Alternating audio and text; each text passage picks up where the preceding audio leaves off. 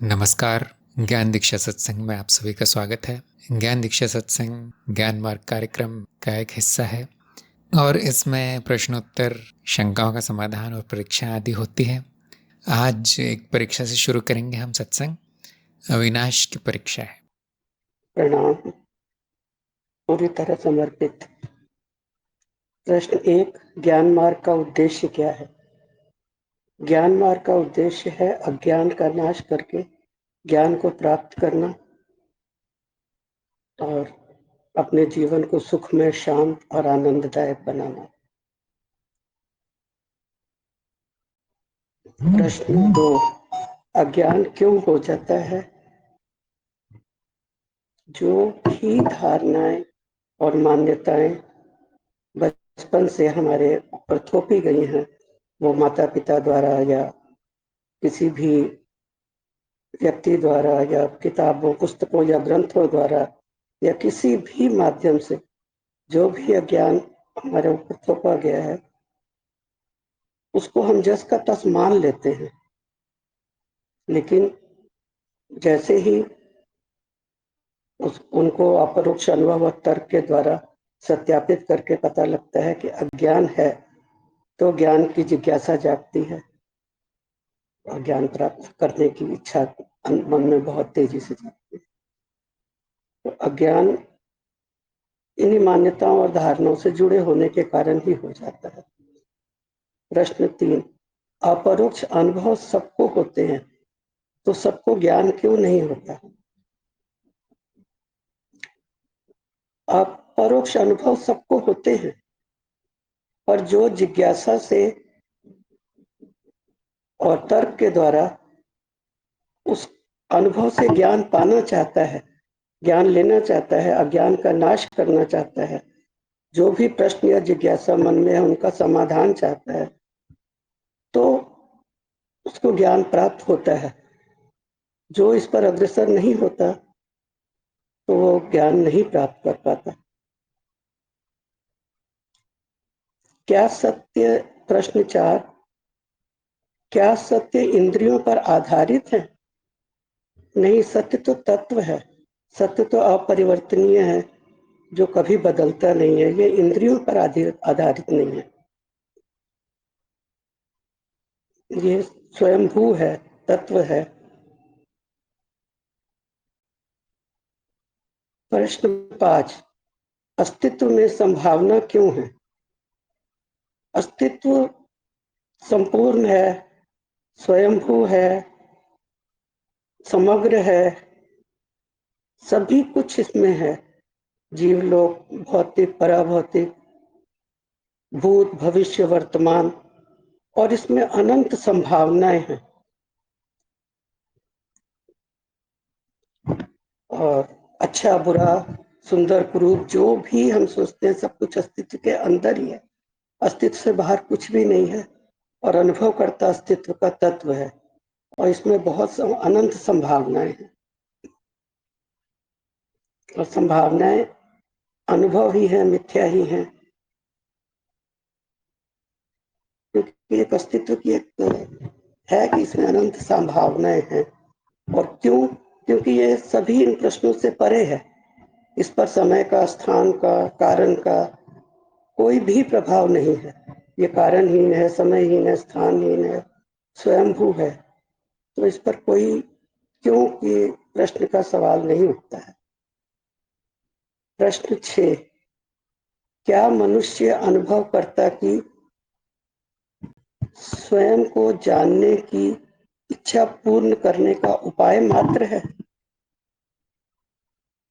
क्या मनुष्य अनुभवकर्ता की स्वयं को जानने की इच्छा पूर्ण करने का उपाय मात्र है? नहीं, ये तो है ही कि मैं शरीर नहीं हूं, चित्त नहीं हूं, बुद्धि नहीं हूं, अनुभव करता हूं, मैं तत्व हूं, मैं निर्गुण हूं। तो स्वयं को जानने की इच्छा तो है ही। स्वयं को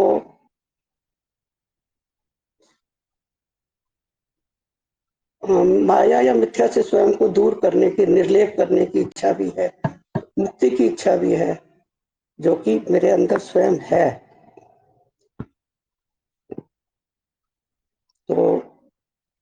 ये सिर्फ इसी का उपाय नहीं है, अनुभवकर्ता अस्तित्व का तत्व भी है, अनुभवों का दृष्टा भी है, और दोनों मिलकर अनुभव क्रिया है जो अस्तित्व है। तो सिर्फ इच्छा नहीं, और भी बहुत कुछ ज्ञान इससे पाया जा सकता है कि मैं माया मिथ्या से परे हूँ, तत्व हूँ। और तत्व जो है एक न्यूनतम व्याख्या है, तत्व के बगैर कुछ हुआ ही नहीं जा सकता। अगर तत्व निकल जाए तो शून्य ही है, कुछ नहीं है। प्रश्न 7, साक्षी भाव में बुद्धि का समर्पण आवश्यक है, सही या गलत? यह गलत है। साक्षी भाव बुद्धि का समर्पण नहीं है। अनुभवकर्ता साक्षी भाव में स्वयं है, और साक्षी भाव में रहकर आनंदित रहा जाता है, प्रसन्न रहा जाता है, निर्लिप्त रहा जाता है। यही साक्षी भाव है। 8, प्रश्न 8, वो क्या है जिसका अनुभव अभी भी हो रहा है? वो क्या है जिसका अनुभव अभी हो रहा है? तो अनुभव स्मृति में इंद्रियों द्वारा संग्रहित हैं और निरंतर चलते रहते हैं। अनुभव कभी रुकता नहीं है, सदा है। ये समयहीन है, स्थानहीन है। तो अनुभव अभी भी हो ही रहा है, क्योंकि इंद्रियों के द्वारा हो रहा है, स्मृति में संग्रहित होकर हो रहा है। तो ये लगातार है, निरंतर है। प्रश्न 9, कौन सी वृत्ति एकता में विघ्न लाती है? तो एकता या द्वैत या जो भी है वो एक है, तो कोई वृत्ति एकता में विघ्न नहीं ला सकती। जब मैं एकता में हूं तो कोई ऐसा नहीं है जो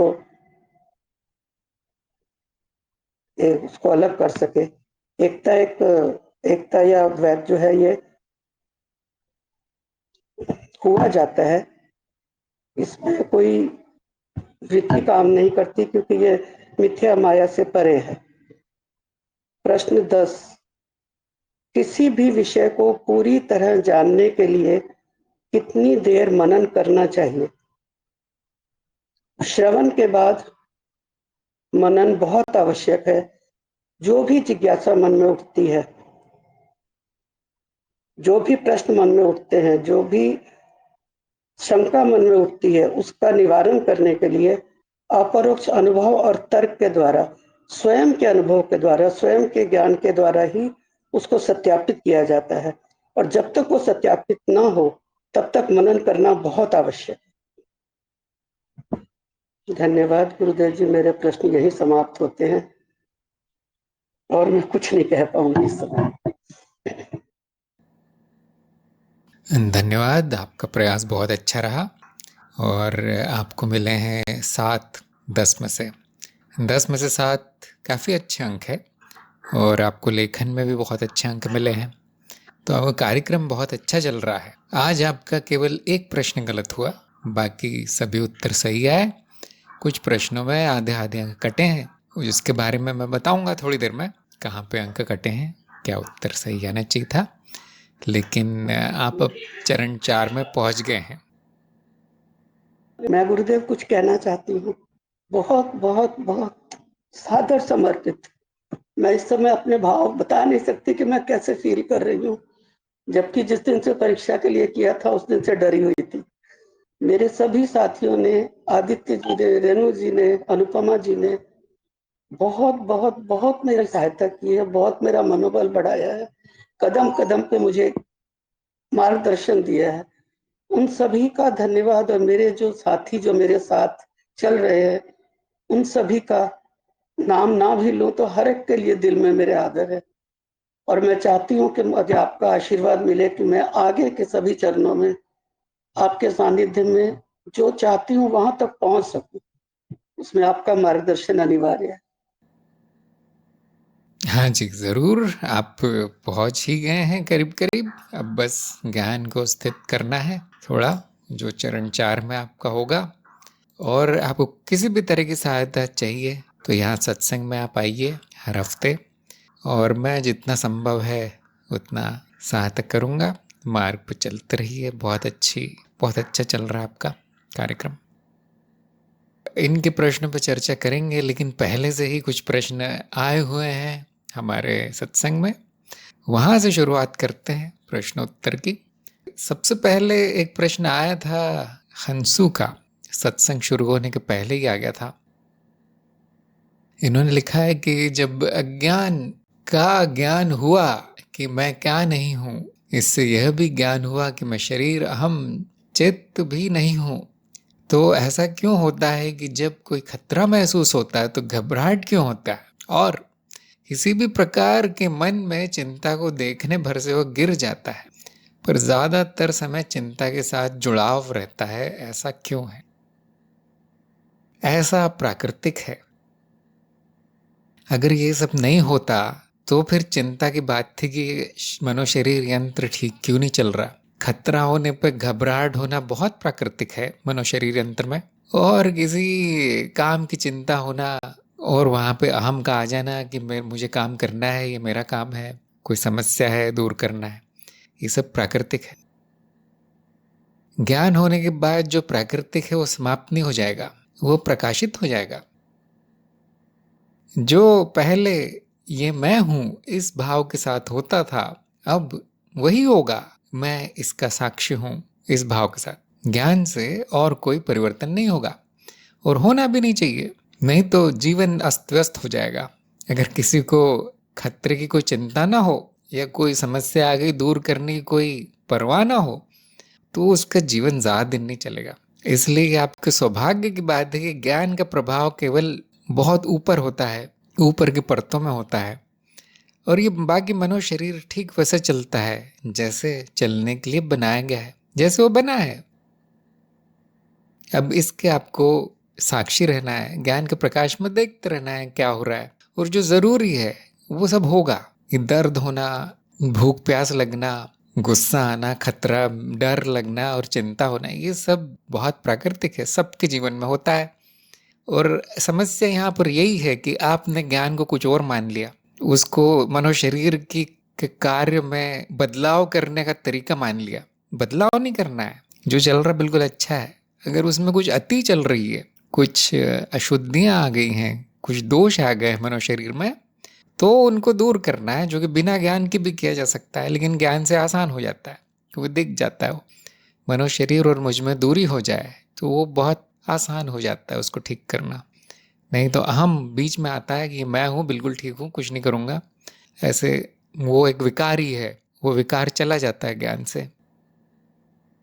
लेकिन जो प्राकृतिक घटनाएं हो रही हैं इस जगत में और शरीर में और मन में, वो सब ठीक वैसे ही चलनी चाहिए। अगर वो ना चले तो समस्या है। तो देखिए आप में मान्यता कहाँ से आ गई कि ज्ञान होने से ये सब घबराहट होनी बंद होनी चाहिए, चिंता बंद होनी चाहिए, सब ये मान्यता बची है आप में। ज्ञान जादू नहीं है, बस सत्य में स्थित हो जाता है व्यक्ति, और कुछ नहीं। और कुछ बदलाव होना जरूरी नहीं है, और अगर हो गया कुछ बदलाव तो कोई बात नहीं, वो भी ठीक है, वो भी प्राकृतिक है। अगला प्रश्न है अनागामी का। कई मान्यताएं और भावनाएं सूक्ष्म रूप से रहती हैं और किसी परिस्थिति विशेष में ही प्रकट होकर दिखती हैं, और तभी साक्षी भाव में उनको देख पाता हूँ। ऐसा न जाने कितने बंधन है और कब खत्म होंगे कुछ पता नहीं। ऐसे ही पत्नी और बच्चों से संबंध के बंधन से किस जन्म में छूटूंगा इसका भी पता नहीं है। तो फिर जब तक ये बंधन समाप्त नहीं होते तब तक सेवा वृत्ति में सब जन्म निकले, ऐसी इच्छा है। इस सेवा वृत्ति को कैसे प्रगाढ़ करूं कि यही आनंद बन जाए हर जन्म का।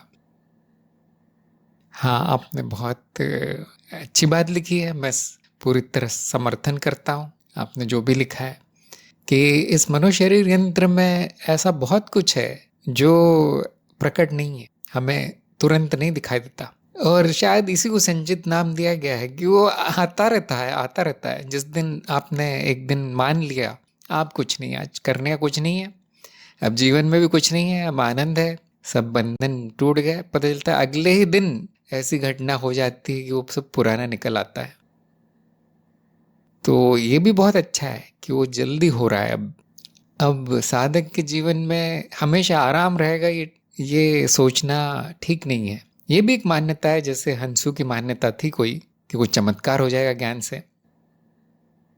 ज्ञान से इतना चमत्कार हो जाता है कि आपको ये दिखने लगेगा कि ये हो रहा है, और आप भुक्त भोगी वाली मानसिकता से हट जाएंगे कि हाँ ये सब होता है, स्वीकार में आ जाएंगे, बिल्कुल सही हो रहा है, ऐसा ही होना चाहिए, इस भाव में आप आ जाएंगे। इतना जरूर परिवर्तन आएगा, लेकिन कुछ समाप्त नहीं होगा। उसको जल्दी समाप्त किया जा सकता है, जैसे कि आपने लिखा है बंधनों से कब छूटेंगे। ज्ञान हो गया तो अब जल्दी होगा, नहीं तो 100 गुना ज्यादा समय लगता है। छूटते तो सभी हैं लेकिन बैलगाड़ी की गति से। ज्ञानी का काम जल्दी हो जाता है, लेकिन उस अनुभव से जाना पड़ेगा। जो भी होना है वो होकर रहेगा, उसको तेज किया जा सकता है। जब ये हो रहा हो, पूर्ण स्वीकार में आ जाइए और उसको जल्दी निपटाने का प्रयास कीजिए। जल्दी कैसे निपटाया जाए? पकड़ के नहीं रखना है। जो जा रहा है वो जाए, जो आ रहा है वो आए, ये स्वीकार कर लेना है। तो क्या मैं कुछ करूं ही नहीं? नहीं, ये भी ठीक नहीं है। जो आवश्यक है वो करना है। अनावश्यक क्या है कि उसको पकड़ के बैठ जाना, आसक्त हो जाना, ये नहीं होना चाहिए। यही होना चाहिए, छोड़ूंगा नहीं मैं। तब तब वो धीमा हो जाएगा संचित का प्रकट होना। परंतु अगर थोड़ा स्वीकार भाव है, थोड़ा व्यवहारिकता भी है, थोड़ी बुद्धि भी है, तो जल्दी हो जाएगा वो। उस समस्या नहीं आएगी। बंधन बुरी बात नहीं है, बंधनों को पकड़े रहना बुरी बात है। बंधन तो सभी के होते हैं, जिसमें सभी में अज्ञान था और उन्होंने बंधन बना लिए, बन गए। इसमें कोई बुरी बात नहीं है। बुरी बात यह है, समस्या ये है कि उनको अभी भी पकड़े रहना, तो वो अपने आप ही छूटेंगे। और जब वो छूटने लगे तो छोड़ देना है, यही बुद्धिमानी।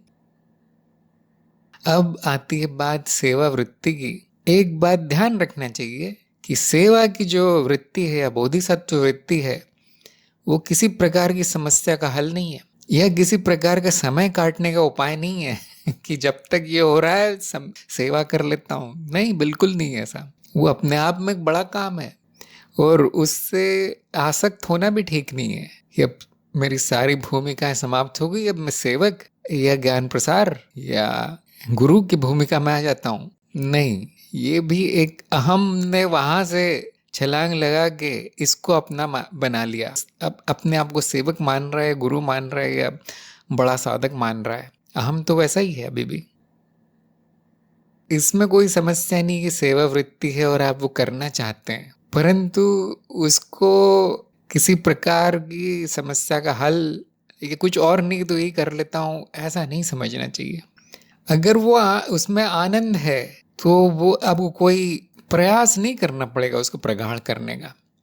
आनंद की प्रकृति होती है कि वो स्वभाव है आनंद का कि वो अपने आप बढ़ता है, वो बार बार अपने आप होता है। न उसको जबरदस्ती किया जा सकता है, न उसको रोका जा सकता है। प्रगाढ़ ऐसे कीजिए कि उस सेवा से संबंधित सारे विचार छोड़ दीजिए कि ऐसा हो जाए, अच्छा हो जाए, ऐसा हो जाए, हर जन्म में हो जाए, अच्छा हो जाए। ये जोड़ तोड़ छोड़ दीजिए। आनंद आनंद है। अब उसके लिए चिंता क्या करनी? फिर तो आनंद चला गया। जैसे ही ये चिंता आ गई कि ये काम हर जन्म चलना चाहिए, ये सेवा वृत्ति में हर जन्म निकलना चाहिए, तो आनंद चला गया। भले ही वो 2 साल रहने वाला है काम, सेवा का काम, या 2 महीने रहने वाला है, उसको पूरा मन लगा के कीजिए, उसको पूरा आनंद उठाइए। बेचैनी नहीं है, बेफिक्री, और वो अपने आप होगा। फिर ये चिंता छोड़ दीजिए कि हमेशा कैसे हो, और केवल आनंद उठाना शुरू कीजिए उसका। वो जब तक होगा तब तक होगा, है ना। ये मनुष्य ज्यादा नहीं कर सकता मैं तो ये बताता हूँ, 1 हफ्ते तक सेवा चलेगी या नहीं, वो भी मनुष्य के हाथ में नहीं है। ये मैं अपना अनुभव बता रहा हूँ। मुझे नहीं पता है कितने साल तक चलेगा प्रपंच जो हमने खड़ा किया है। उसी तरह आप नहीं जानते, न मनुष्य के हाथ में है, न मनुष्य करता है। कोई भी कर्म मेरा नहीं है, तो ये कैसे हो गया फिर? तो जो हो रहा है उसके साक्षी होकर उसका आनंद लीजिए। बस मैं यही करता हूँ आजकल। मैं अब चिंता नहीं करता कि बंद हो जाएगा या शुरू हो जाएगा, या कितने लोगों को ज्ञान देना बचा है, कितने लोगों का कार्यक्रम समाप्त करना है। ये जोड़ तोड़ करीब करीब नहीं है। अब आनंद है कि हाँ, ये इससे अच्छा कुछ नहीं है। अब जब तक जारी रहेगा रहेगा, जब वो जाएगा जाएगा। तो मेरा सुझाव ये है कि जो हो रहा है बिल्कुल सही हो रहा है। जो बंधन टूटने हैं, संचित समाप्त होना है, अपने आप तेज हो रहा है। वो सब बंधन मानसिक है। देखिए आपके शब्दों से ही लग रहा है, शब्दों से अनुमान लगाया जा सकता है कि मानसिक बंधन पहले ही टूट रहे हैं, करीब करीब टूट ही गए हैं। अब केवल व्यवहारिकता बची है जो कि आप निभा रहे हैं। बहुत अच्छी बात है। बंधन सारे मानसिक ही होते हैं। आपको जबरदस्ती तो किसी ने रस्सी से नहीं बांध के रखा है किसी के साथ, किसी काम के साथ, तो वो तुरंत समाप्त होते हैं। देखिए फिर मजबूरी है कि हाँ वो उत्तरदायित्व है इसलिए चल रहा है, वो भी जल्दी समाप्त हो जाएगा। और क्योंकि चेतना है अर्थात अब प्रकाशित है कर्म, तो अब दोबारा कभी नहीं पड़ेंगे उसमें, दोबारा बंधन में नहीं पड़ेंगे। और यही अच्छी बात है। जैसे वो कह रहे थे ना, ज्ञान से ये नहीं हो रहा वो नहीं हो रहा, ज्ञान से ये होता है। देखिए गलतियां होनी कम हो जाती है। मैं ये नहीं कहूँगा बंद हो जाएंगी, कम हो जाएंगी। 90% गलतियां हमारे अज्ञान के कारण होती है, और बाकी प्राकृतिक कुछ ना कुछ गलती होती रहती है। तो वो बंधन समाप्त होने का समय आ गया है। इसी प्रकार अगर सेवा कार्य है उसमें आनंद है, जारी रखिए। अगर वो नहीं हो रहा है, रोने का कारण नहीं होना चाहिए, वो उसमें भी आनंद होना चाहिए। चलो ये भी छूट गया ये भी छूट गया, सिरदर्द छूट गया। जो सेवा कर रहा है वो भी मैं हूँ, और जिसकी सेवा की जा रही है वो भी मैं हूँ। अब किसकी चिंता है हमें? अब किसकी चिंता? अभी खेल है। तो मुझे आशा है कि इस पे आप विचार करेंगे मैंने जो कहा है। और आपको अगर कोई समस्या आए ज्ञान प्रसार में, सेवा में, तो हम सब लोग हैं देखिए। और आप एक संकल्प धारण कीजिए। जल्दी नहीं है, आप सोच विचार ही कीजिए कि आपकी ये बोधिसत्व वृत्ति समाप्त ना हो, उसमें कोई विघ्न ना आए। ये ऊपर से होगा, मनुष्य नहीं कर सकता, न मैं कर सकता हूँ। एक बार आपने निर्णय ले लिया कि हाँ अब कुछ बचा नहीं जीवन में, मेरे दूसरे रूपों को अंधकार से बाहर लाने का काम बचा है, यथासंभव छोटे से छोटा भी हो चलेगा। जैसे ही आप ये संकल्प धारण करेंगे, ऊपर से सारी सहायता मिलनी शुरू हो जाएगी। अब इतना हो जाएगा कि अगर आप भूल भी गए अगले जन्म में, तो कोई आगे याद दिला देगा। इतनी जल्दी भूल गए? एक ही जन्म में भूल गए कि तुम्हें सेवा करनी थी? वो अपने आप आ जाएगा, क्योंकि हमसे ऊपर बड़े बड़े गुरु बैठे हैं। संकल्प ईमानदारी से संकल्प धारण करना है।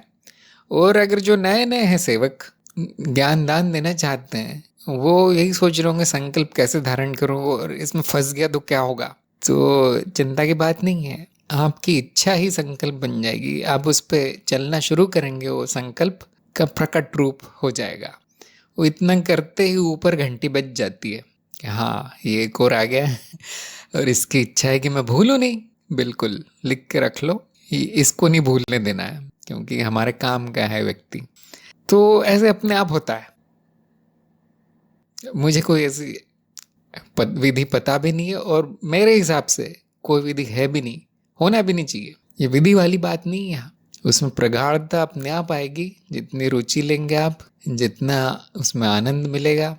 और एक दो बार उसमें असफलता भी आएगी, कोई बात नहीं। जब असफलता मिलेगी तो ये विचार भी आएंगे, ये सब बेकार है, छोड़ दो इसको, आराम से रहो, मुझे किस बात की कमी है, क्या चिंता है, ये सेवा वेवा ज्ञान प्रसार बेकार है, ऐसे विचार आएंगे। और आप देखेंगे अगर आप में बोधिसत्व वृत्ति तेज है, तो 2-3 दिन बाद आप वापस शुरू हो जाएंगे, वापस कुछ कार्य करने लगेंगे। या कोई ना कोई आपके पास आ जाएगा, हाथ जोड़ खड़े हो जाएगा कि मुझे ये बताइए, मुझे वो बताइए। और अब आपके जो वो नकारात्मक विचार थे वो आप भूल जाएंगे। हाँ चलो वापस। तो बोधिसत्व वृत्ति करने वाली चीज नहीं है, वो व्यक्ति ही वैसा हो गया है, उसका स्वभाव ही वैसा हो गया है। अब कोई बड़ी समस्या नहीं आएगी। ऊपर नीचे अगर 1-2 बार हो भी गया तो आप चिंता मत कीजिए, ऐसा कभी नहीं होगा कि आप भूल जाएंगे, ऐसा कभी नहीं होगा। फिर भी 1-2 उपाय मैंने बता दिए। थोड़ा संकल्प बनाइए, थोड़ा आनंद उसका उठाइए, और थोड़े से अलिप्त रहिए। खेल जैसा होना चाहिए, उसमें बहुत ज़्यादा निवेश नहीं करना है। निवेश मतलब मानसिक निवेश, कि वो नहीं रहे तो मेरा क्या होगा, इस प्रकार का नहीं होना चाहिए। मेरा यही सुझाव है अभी आपको, अनागामी को। अगला प्रश्न है दिवाकर का। द्वैत के स्तर पर जो कुछ भी प्रकट है वो चित्त है, और जो अनुभव करता स्वयं है। जब चेतना का प्रकाश ऊपर की परतों की ओर अग्रसर होता है, तो कुछ परतें प्रकट होकर समझाने लगती है कि ऊपर की ओर जाओगे तो वही हाल होगा जो अनेक प्रसिद्ध हस्तियों का हुआ है। इसलिए समझ जाओ, आवरण को हटाने का प्रयास न करो। चित्त की परतें आपस में ही ऐसा नोकझोंक क्यों करती है? तन्मात्राओं का यह खेल क्यों खेला जाता है? शायद आप प्रसिद्ध हस्तियों के बारे में कुछ ज्यादा पढ़ते होंगे, कुछ ज्यादा सोचते होंगे, कुछ ज्यादा सुन रखा होगा। हाँ, उनसे हमें सीखना चाहिए, उनसे सीखना चाहिए। अगर उनके साथ कुछ ऐसा हुआ है जो कि नहीं होना चाहिए था, तो आपको समझ जाना चाहिए, बिल्कुल सही है। ऊपर से जो संदेश आया है, समझ जाओ, वो आपकी भलाई के लिए आया है। तो लेकिन ये तय नहीं है कि प्रसिद्ध हस्तियों के साथ जो होता है वो सबके साथ होगा। वो प्रसिद्ध इसीलिए हो गए क्योंकि उनके साथ कुछ हो गया होगा। अन्यथा ऐसे बहुत से लोग हैं जिनके बारे में हम जानते भी नहीं है, उनका जीवन सुखपूर्वक चला, उनकी प्रगति बिना किसी बाधा के हुई। एक ही काम आप कर सकते हैं कि जानबूझ के ऐसा कुछ ना करें कि आपने जो सुना है वैसा हाल हो जाए। अगर कहीं पे बहुत विघ्न आता है, कहीं पे बड़ी दिक्कत आती है और वहां पे बलपूर्वक काम किया जाए, हट किया जाए कि ये करके छोड़ूंगा मैं, ये आवरण हटा ही दूंगा मैं, सारे रहस्य खोल दूंगा मैं, सारी दुनिया को बदल दूंगा मैं, तो फिर आप देखेंगे जो इस माया को बनाए रखने के लिए शक्तियां हैं, अभी आप इतना मान सकते हैं, देखिए ना, ये एक तरह की धारणा है परंतु जानी मानी है और उपयोगी है कि इस माया को बनाए रखने के लिए कुछ शक्तियां कार्यरत है। वो ज्यादा छूने नहीं देती किसी को, कोई कितना भी बड़ा हो जाए उसका नाश जरूर हो जाएगा पहले, माया का नाश नहीं होगा। तो ये बस संकेत आ रहे हैं आपको, एक सावधानी बताई जा रही है। तो आप बड़े भाग्यशाली हैं जो कि इस प्रकार के विचार आ रहे हैं आपके मन में। तो मेरा ये सुझाव रहेगा कि इस समय शायद समझना है कि क्या हो रहा है, तो लिख के रख लीजिए कि ऐसी चेतावनी आई थी ऊपर से, इसमें कहा था आवरण को हटाने का प्रयास मत करो। ये तन्मात्राओं का खेल नहीं है, ये कुछ और है। क्योंकि तन्मात्रा का अर्थ ये है कि जो प्रकट है सामने अनुभवकर्ता के। लेकिन यही क्यों हो रहा है, शायद आप ये पूछना चाहते होंगे कि जब सब कुछ सही चल रहा है तो ऊपर की परतों से नकारात्मक विचार क्यों आ रहे हैं? जो भी है अनंत काल से ऐसा ही है। जब बहुत तेज परिवर्तन होने लगे तो कई बार संकेत आ जाते हैं कि ज्यादा हो रहा है, थोड़ा कम कर लो, देखो इसके साथ क्या हुआ था, इसने क्या था। ऐसी व्यवस्था बनी हुई है चित्त में पहले से, और अगर ना भी हो बनी हो किसी में, तो वो गुरु क्षेत्र में से कभी कभी इस तरह की चीजें आ जाती हैं। अगर वो आपकी भलाई के लिए, आपके कल्याण के लिए, तो मान लेना जी हाँ ऊपर से आया होगा गुरु क्षेत्र से। अगर बहुत ही नकारात्मक विचार आ रहे हैं तो आप समझ सकते हैं कि वो कहीं और से आ रहे हैं। इसलिए दिवाकर को मैं यही सुझाव दूंगा इस समय कि ये जो भी आ रहे हैं विचार ऊपर की परतों से, उनके साक्षी रहिए। अगर आपको लगता है बहुत महत्वपूर्ण है ये जो आया है, उसको लिख के रख लीजिए कहीं पर, जहां पर कोई और ना देख पाए, कोई और पढ़ ना पाए आपके लिखा हुआ। और सही समय आने पे उसका महत्व तो पता चलेगा। ऊपर की ओर जाना जरूरी नहीं कि बुरा हाल होता है, ये धारणा निकाल दीजिए मन से। संकेत जो आ रहे हैं वो ये नहीं कर रहे कि कुछ बुरा होने वाला है, तुम ऊपर की ओर प्रगति कर रहे हो। बुरा नहीं होता, परीक्षाएं होती हैं, हाँ परीक्षाएं होंगी, थोड़ी तपस्या है, लेकिन आप इस काबिल बने कि कोई आपकी परीक्षा लेना चाहता है। ये तो बड़ी उपलब्धि है ना। करोड़ों करोड़ों में से एक है जिसकी की ऊपर जाने की इच्छा है और वो ऊपर पहुंचता है, उसकी परीक्षा ली जाती है। सभी लोग जानते होंगे, जितनी अधिक प्रगति होगी उतनी अधिक परीक्षा, चुनौतियां उसके सामने रखी जाती है, विघ्न आते हैं। किसी ने आपको अगर इस लायक समझा तो बहुत बड़ी उपलब्धि है। फिर भी इसको अहम वृत्ति नहीं समझना चाहिए कि हाँ मैं कुछ बड़ा हो गया हूँ। ये ऐसा ही होता है, ये व्यवस्था ऐसी ही है। कभी कभी आपकी परीक्षा इस तरह ली जा सकती है कि देखे एक दो चेतावनियों में कहीं हार तो नहीं मान लेता, कहीं वापस नीचे की ओर तो नहीं जाने लगता डर के मारे। इस तरह की थोड़ी छोटी मोटी परीक्षाएं होंगी, और यहाँ पर भी गुरु का महत्व है, क्योंकि गुरु जा चुका है इन परीक्षाओं से या जा रहा है, तो वहाँ पे आपको थोड़ा सा संभाल लिया जाएगा। उस परीक्षा से जाना तो पड़ेगा, लेकिन थोड़ी सहायता दे दी जाएगी।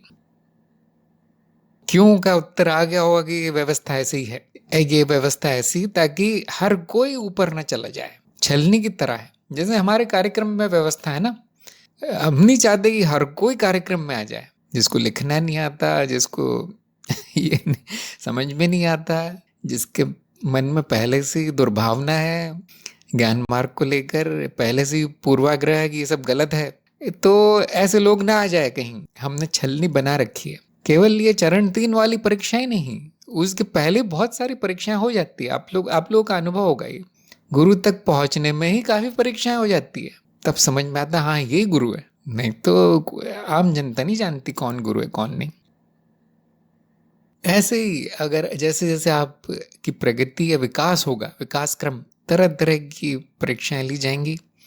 कभी कभी जैसे कि आपने लिखा है प्रसिद्ध हस्तियों के मामले में कभी कभी वो परीक्षा थोड़ी सी कठिन होती है, लेकिन अगर इतनी कठिन परीक्षा है तो उसमें संभावना तो जबरदस्त होगी। उस व्यक्ति में, उस साधक में बहुत बड़ी संभावना होगी, तो इतना कुछ हो रहा है उसके साथ। नहीं तो आम साधक के साथ ज़्यादा कुछ होता नहीं, उसकी प्रगति धीमी धीमी होती रहती है। और जो साधक नहीं है उसकी तुलना में 1000 गुना वो तेज है। साधक बोलता है मेरी धीमी हो रही, मेरी परीक्षा नहीं हो रही, मेरे सामने कोई तपस्या नहीं आ रही। हाँ कोई बात नहीं साधना की प्रचंडता बढ़ जाए तो वो कम कर दी जाएगी थोड़ी, परीक्षा लेके या विघ्न खड़े करके। और अगर वो प्रचंड नहीं हो रही तो और थोड़ा आपको प्रेरित किया जाएगा, बढ़ो आगे बढ़ो आगे। ये सब चलता रहेगा। समस्या यही आ सकती है, आप ज्ञान भुलाकर इसी के चक्कर में पड़ जाए। सबसे बड़ी परीक्षा यही है। शालिनी का प्रश्न आया है, शुद्धिकरण में अगर कुछ अजीब व्यवहार हो रहा है और ये देखा जा रहा है कि सामान्य नहीं, अब सामान्य होने की तरफ जाया जा रहा है, तो क्या ऐसी स्थिति में इसको स्वतः होने दें या इसको ज्ञान से रोकने का प्रयास करूं? ज्ञान से रोका नहीं जाता, ज्ञान से प्रकाशित हो जाता है, जाना जाता है कि ये हो रहा है। रोकना न रोकना कर्म है, वो निर्णय बुद्धि लेती है। और उसका एक बहुत अच्छा सूत्र है कि कुछ होने देना है या नहीं होने देना है, क्योंकि करने वाला कोई नहीं है। फिर भी व्यवहारिकता में हम कहते हैं करने वाला है, और करना है या नहीं करना है ये निर्णय बुद्धि लेती है। उसका सूत्र है कि यदि वो आवश्यक है तो करना है, आवश्यक नहीं है तो नहीं करना है। और ये ज्ञान के प्रकाश में सही पता चलता है क्या आवश्यक है। निशिगंधा का प्रश्न है कि जब विरक्त होते हुए भी पूरी क्षमता लगाकर काम करना, जो भी कर्तव्य है पूरा रस में पूर्णता से निभाकर ज्ञान में मनन में लग जाना सही है? हाँ जी बिल्कुल सही है। या फिर इस भाव में आसक्ति की कोई संभावना हो सकती है? स्त्रियों को ये सब समस्या थोड़ी ज्यादा आती होगी शायद, कृपया मार्गदर्शन करें। संभावना हो सकती है ना? ऐसा कभी नहीं कह सकते कि हाँ अब मैं विरक्त हूं, अब कभी इसमें आसक्त नहीं होऊंगा, कभी हम बीच में आएगा ही नहीं, अब ये बोल नहीं सकते। अगर उसमें ज्यादा आनंद आने लगे, वो किसी दिन वो ना हो, तो आप देखेंगे हम कूद जाता है बीच में, क्या ऐसे कैसे हो गया, ये नहीं हुआ मेरा, वो नहीं हुआ। इसी को हम कहते हैं निवेश। मानसिक निवेश इतना हो गया है कि उस एक दिन नहीं हुआ तो हम सक्रिय हो जाता है। तो ये होने की संभावना है। और अगर ऐसा हो तो आपको सक्रिय हो जाना है, बुद्धि को सक्रिय कर लेना है, साक्षी भाव को तेज कर लेना है कि ऐसा हो रहा है। और अगर 1-2 बार ऐसा हो भी गया कोई बात नहीं, क्योंकि वो जो आसक्त भाव से जो काम होगा, जो अहम भाव से जो काम होगा, वो थोड़ा सा कड़वा होगा, उसमें मिठास नहीं होगी। आप देखेंगे उसके जो बचे हुए अवशेष हैं, राख कोयला, वो बच जाएगी मन में। जबकि जो विरक्त भाव से जो होता है कुछ बचता नहीं है, हो गया हाँ, अब आप भूल भी जाएंगे वो क्या हुआ था, ना अच्छा हुआ ना बुरा हुआ, आप कहेंगे भूल जाएंगे। लेकिन जो अहम के द्वारा होता है उसका प्रभाव बच जाता है, संचित हो, वो संस्कार पड़ जाता है और अगली बार वो बहुत बुरा लगता है। उसमें आनंद नहीं है, उसमें रस नहीं है। आप स्वयं देखेंगे ये बात, तब साक्षी भाव आ जाएगा कि हाँ ये अब आसक्ति हो गई। तो हो सकती है, हाँ, किसी भी कर्तव्य में आसक्ति हो सकती है। उसका जो स्वाद आपको मिलेगा, चाहे स्त्री हो चाहे पुरुष, उपाय एक ही है। जो स्वाद जो मिलेगा वो कड़वा होगा, उसमें मिठास नहीं होगी। उससे अगली बार नहीं होगा, वो अगली बार वो आसक्ति नहीं होगी। एक आध बार हो भी जाए कोई बड़ी समस्या नहीं है। ये चरण सीखने का है, तो ऐसे ही सीखा जाता है। क्या कोई ऐसा साधक है जो कि पहले ही दिन से विरक्त हो गया और सारे काम पूरे रस लेके पूर्णता से करने लगा? लाखों में एक होगा ऐसा साधक। बाकी लोग सीखते हैं, थोड़ा सा गिरते हैं, थोड़ा सा धक्के खाते हैं, थोड़ी सी चोट लगती है, फिर उठ के फिर शुरू। तो वो जो उसका स्वाद है, जो वो कर्म हुआ है, वही बताएगा कि आगे नहीं होना चाहिए ऐसा। इसी प्रकार सही संस्कार पड़ते हैं मन में। स्त्री पुरुष की बात नहीं है यहाँ, बचपने की बात है कि वो इतना अनुभवी नहीं है साधक कि वो एक दिन में वो सब कर पाए। तो कोई बहुत बड़ी समस्या नहीं है, सभी का ऐसा ही चलता है। प्रीति का प्रश्न है, क्या समयहीनता होना स्थायित्व है? प्रश्न बहुत अच्छा है आपका कि कभी कभी समयहीनता का ये अर्थ समझ लिया जाता है कि अब कुछ बदलेगा ही नहीं, है ना। मैं ये कहता हूँ कि अस्तित्व में समय नहीं है, तो लोग थोड़े से उलझन में पड़ते होंगे। ऐसे कैसे कह रहे हैं, सब तो बदल रहा है, कल ये हुआ था, आज ये हुआ, कल वो होगा, समयहीनता कैसे नहीं है? अस्तित्व के स्तर पे, अद्वैत के स्तर पे समय नहीं है। ऐसा नहीं है कि वहां कुछ नहीं हो रहा, प्रतीत जरूर हो रहा है। जो प्रतीत हो रहा है उसके कारण समय की धारणा बना ली गई है। क्या प्रतीत हो रहा है? परिवर्तन। परिवर्तन प्रतीत हो रहा है जो कि चित्त निर्मित है। लेकिन अस्तित्व में स्थायित्व है ये कहना एकदम ठीक नहीं है। वहां दोनों है, देखिए, स्थायी भी है अस्तित्व, अस्थाई भी है, और दोनों नहीं भी है। ये विरोधाभासी बात है। तो अस्तित्व में समय नहीं है लेकिन प्रतीत भी होता है, विरोधाभासी है। क्योंकि अब बुद्धि द्वारा नहीं समझा जा सकता ये, क्योंकि अद्वैत की बात हो रही है, अस्तित्व की बात हो रही है। तो इतना ही जाना जा सकता है कि वो ना होने पर भी वो प्रतीत होता है। इसका अर्थ ये नहीं है कि वास्तव में अस्तित्व स्थायी है, एकदम कुछ नहीं बदलता वहां। अगर अस्तित्व इतना स्थायी होता, जड़, कि उसमें परिवर्तन की संभावना भी नहीं है, तो इतना भी प्रतीत नहीं हो सकता था। फिर कोई चित्त नहीं होता, कोई धारणा भी नहीं होती, समय की धारणा भी नहीं होती।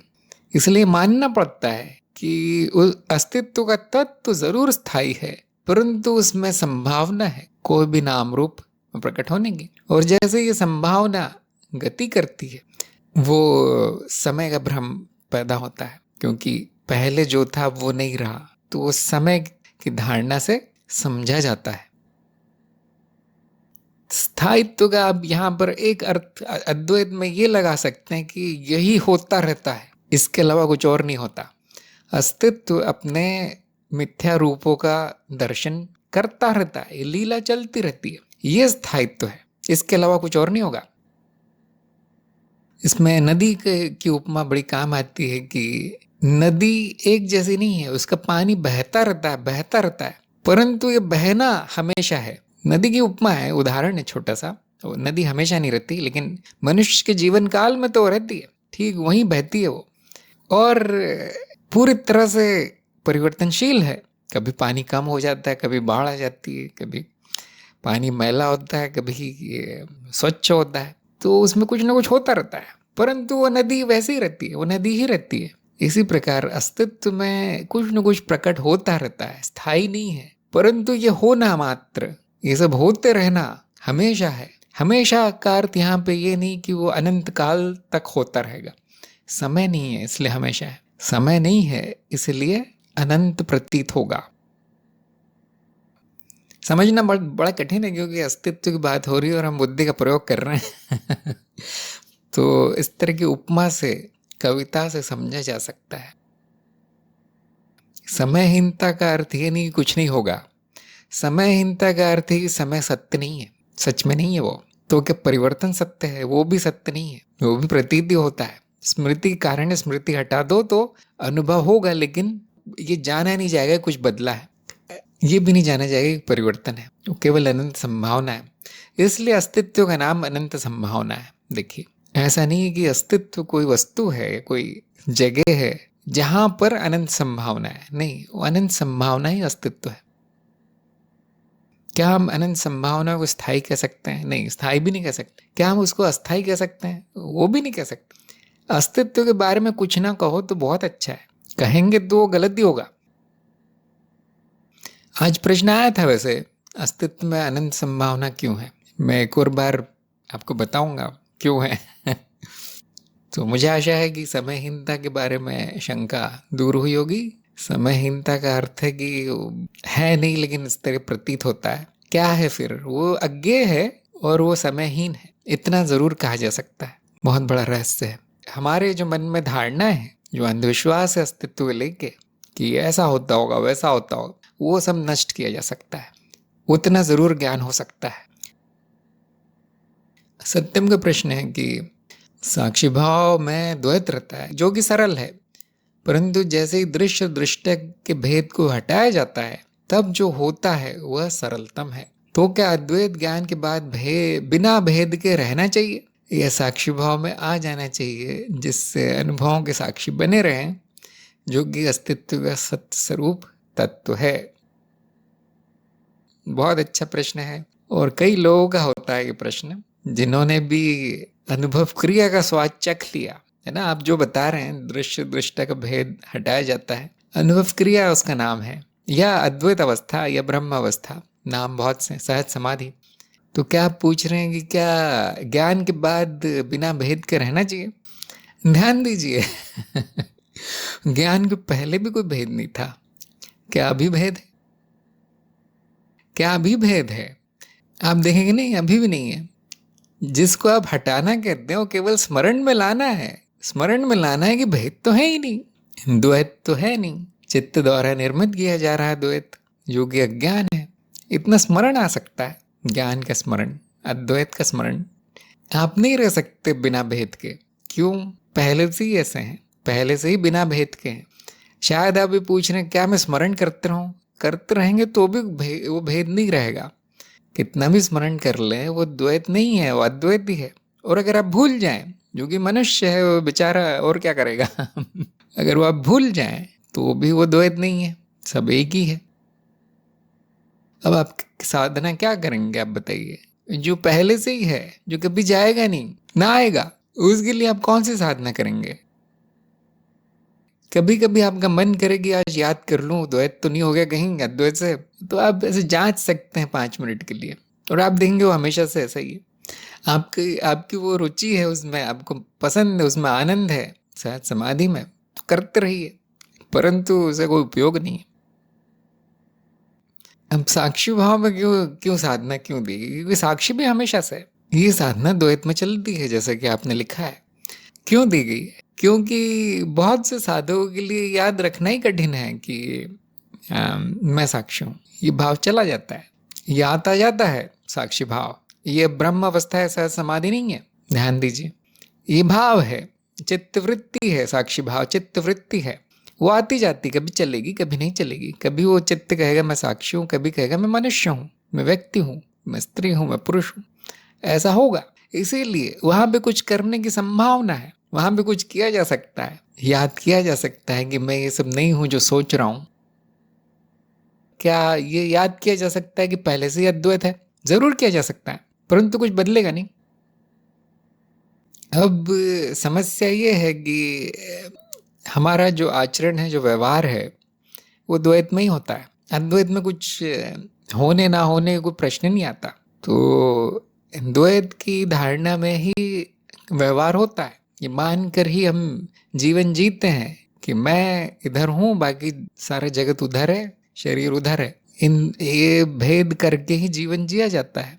यही व्यवहारिक है और यही बुद्धिमानी भी है, क्योंकि अद्वैत की अवस्था कोई उपयोग है नहीं, इसलिए उसको साधना बनाया नहीं गया है।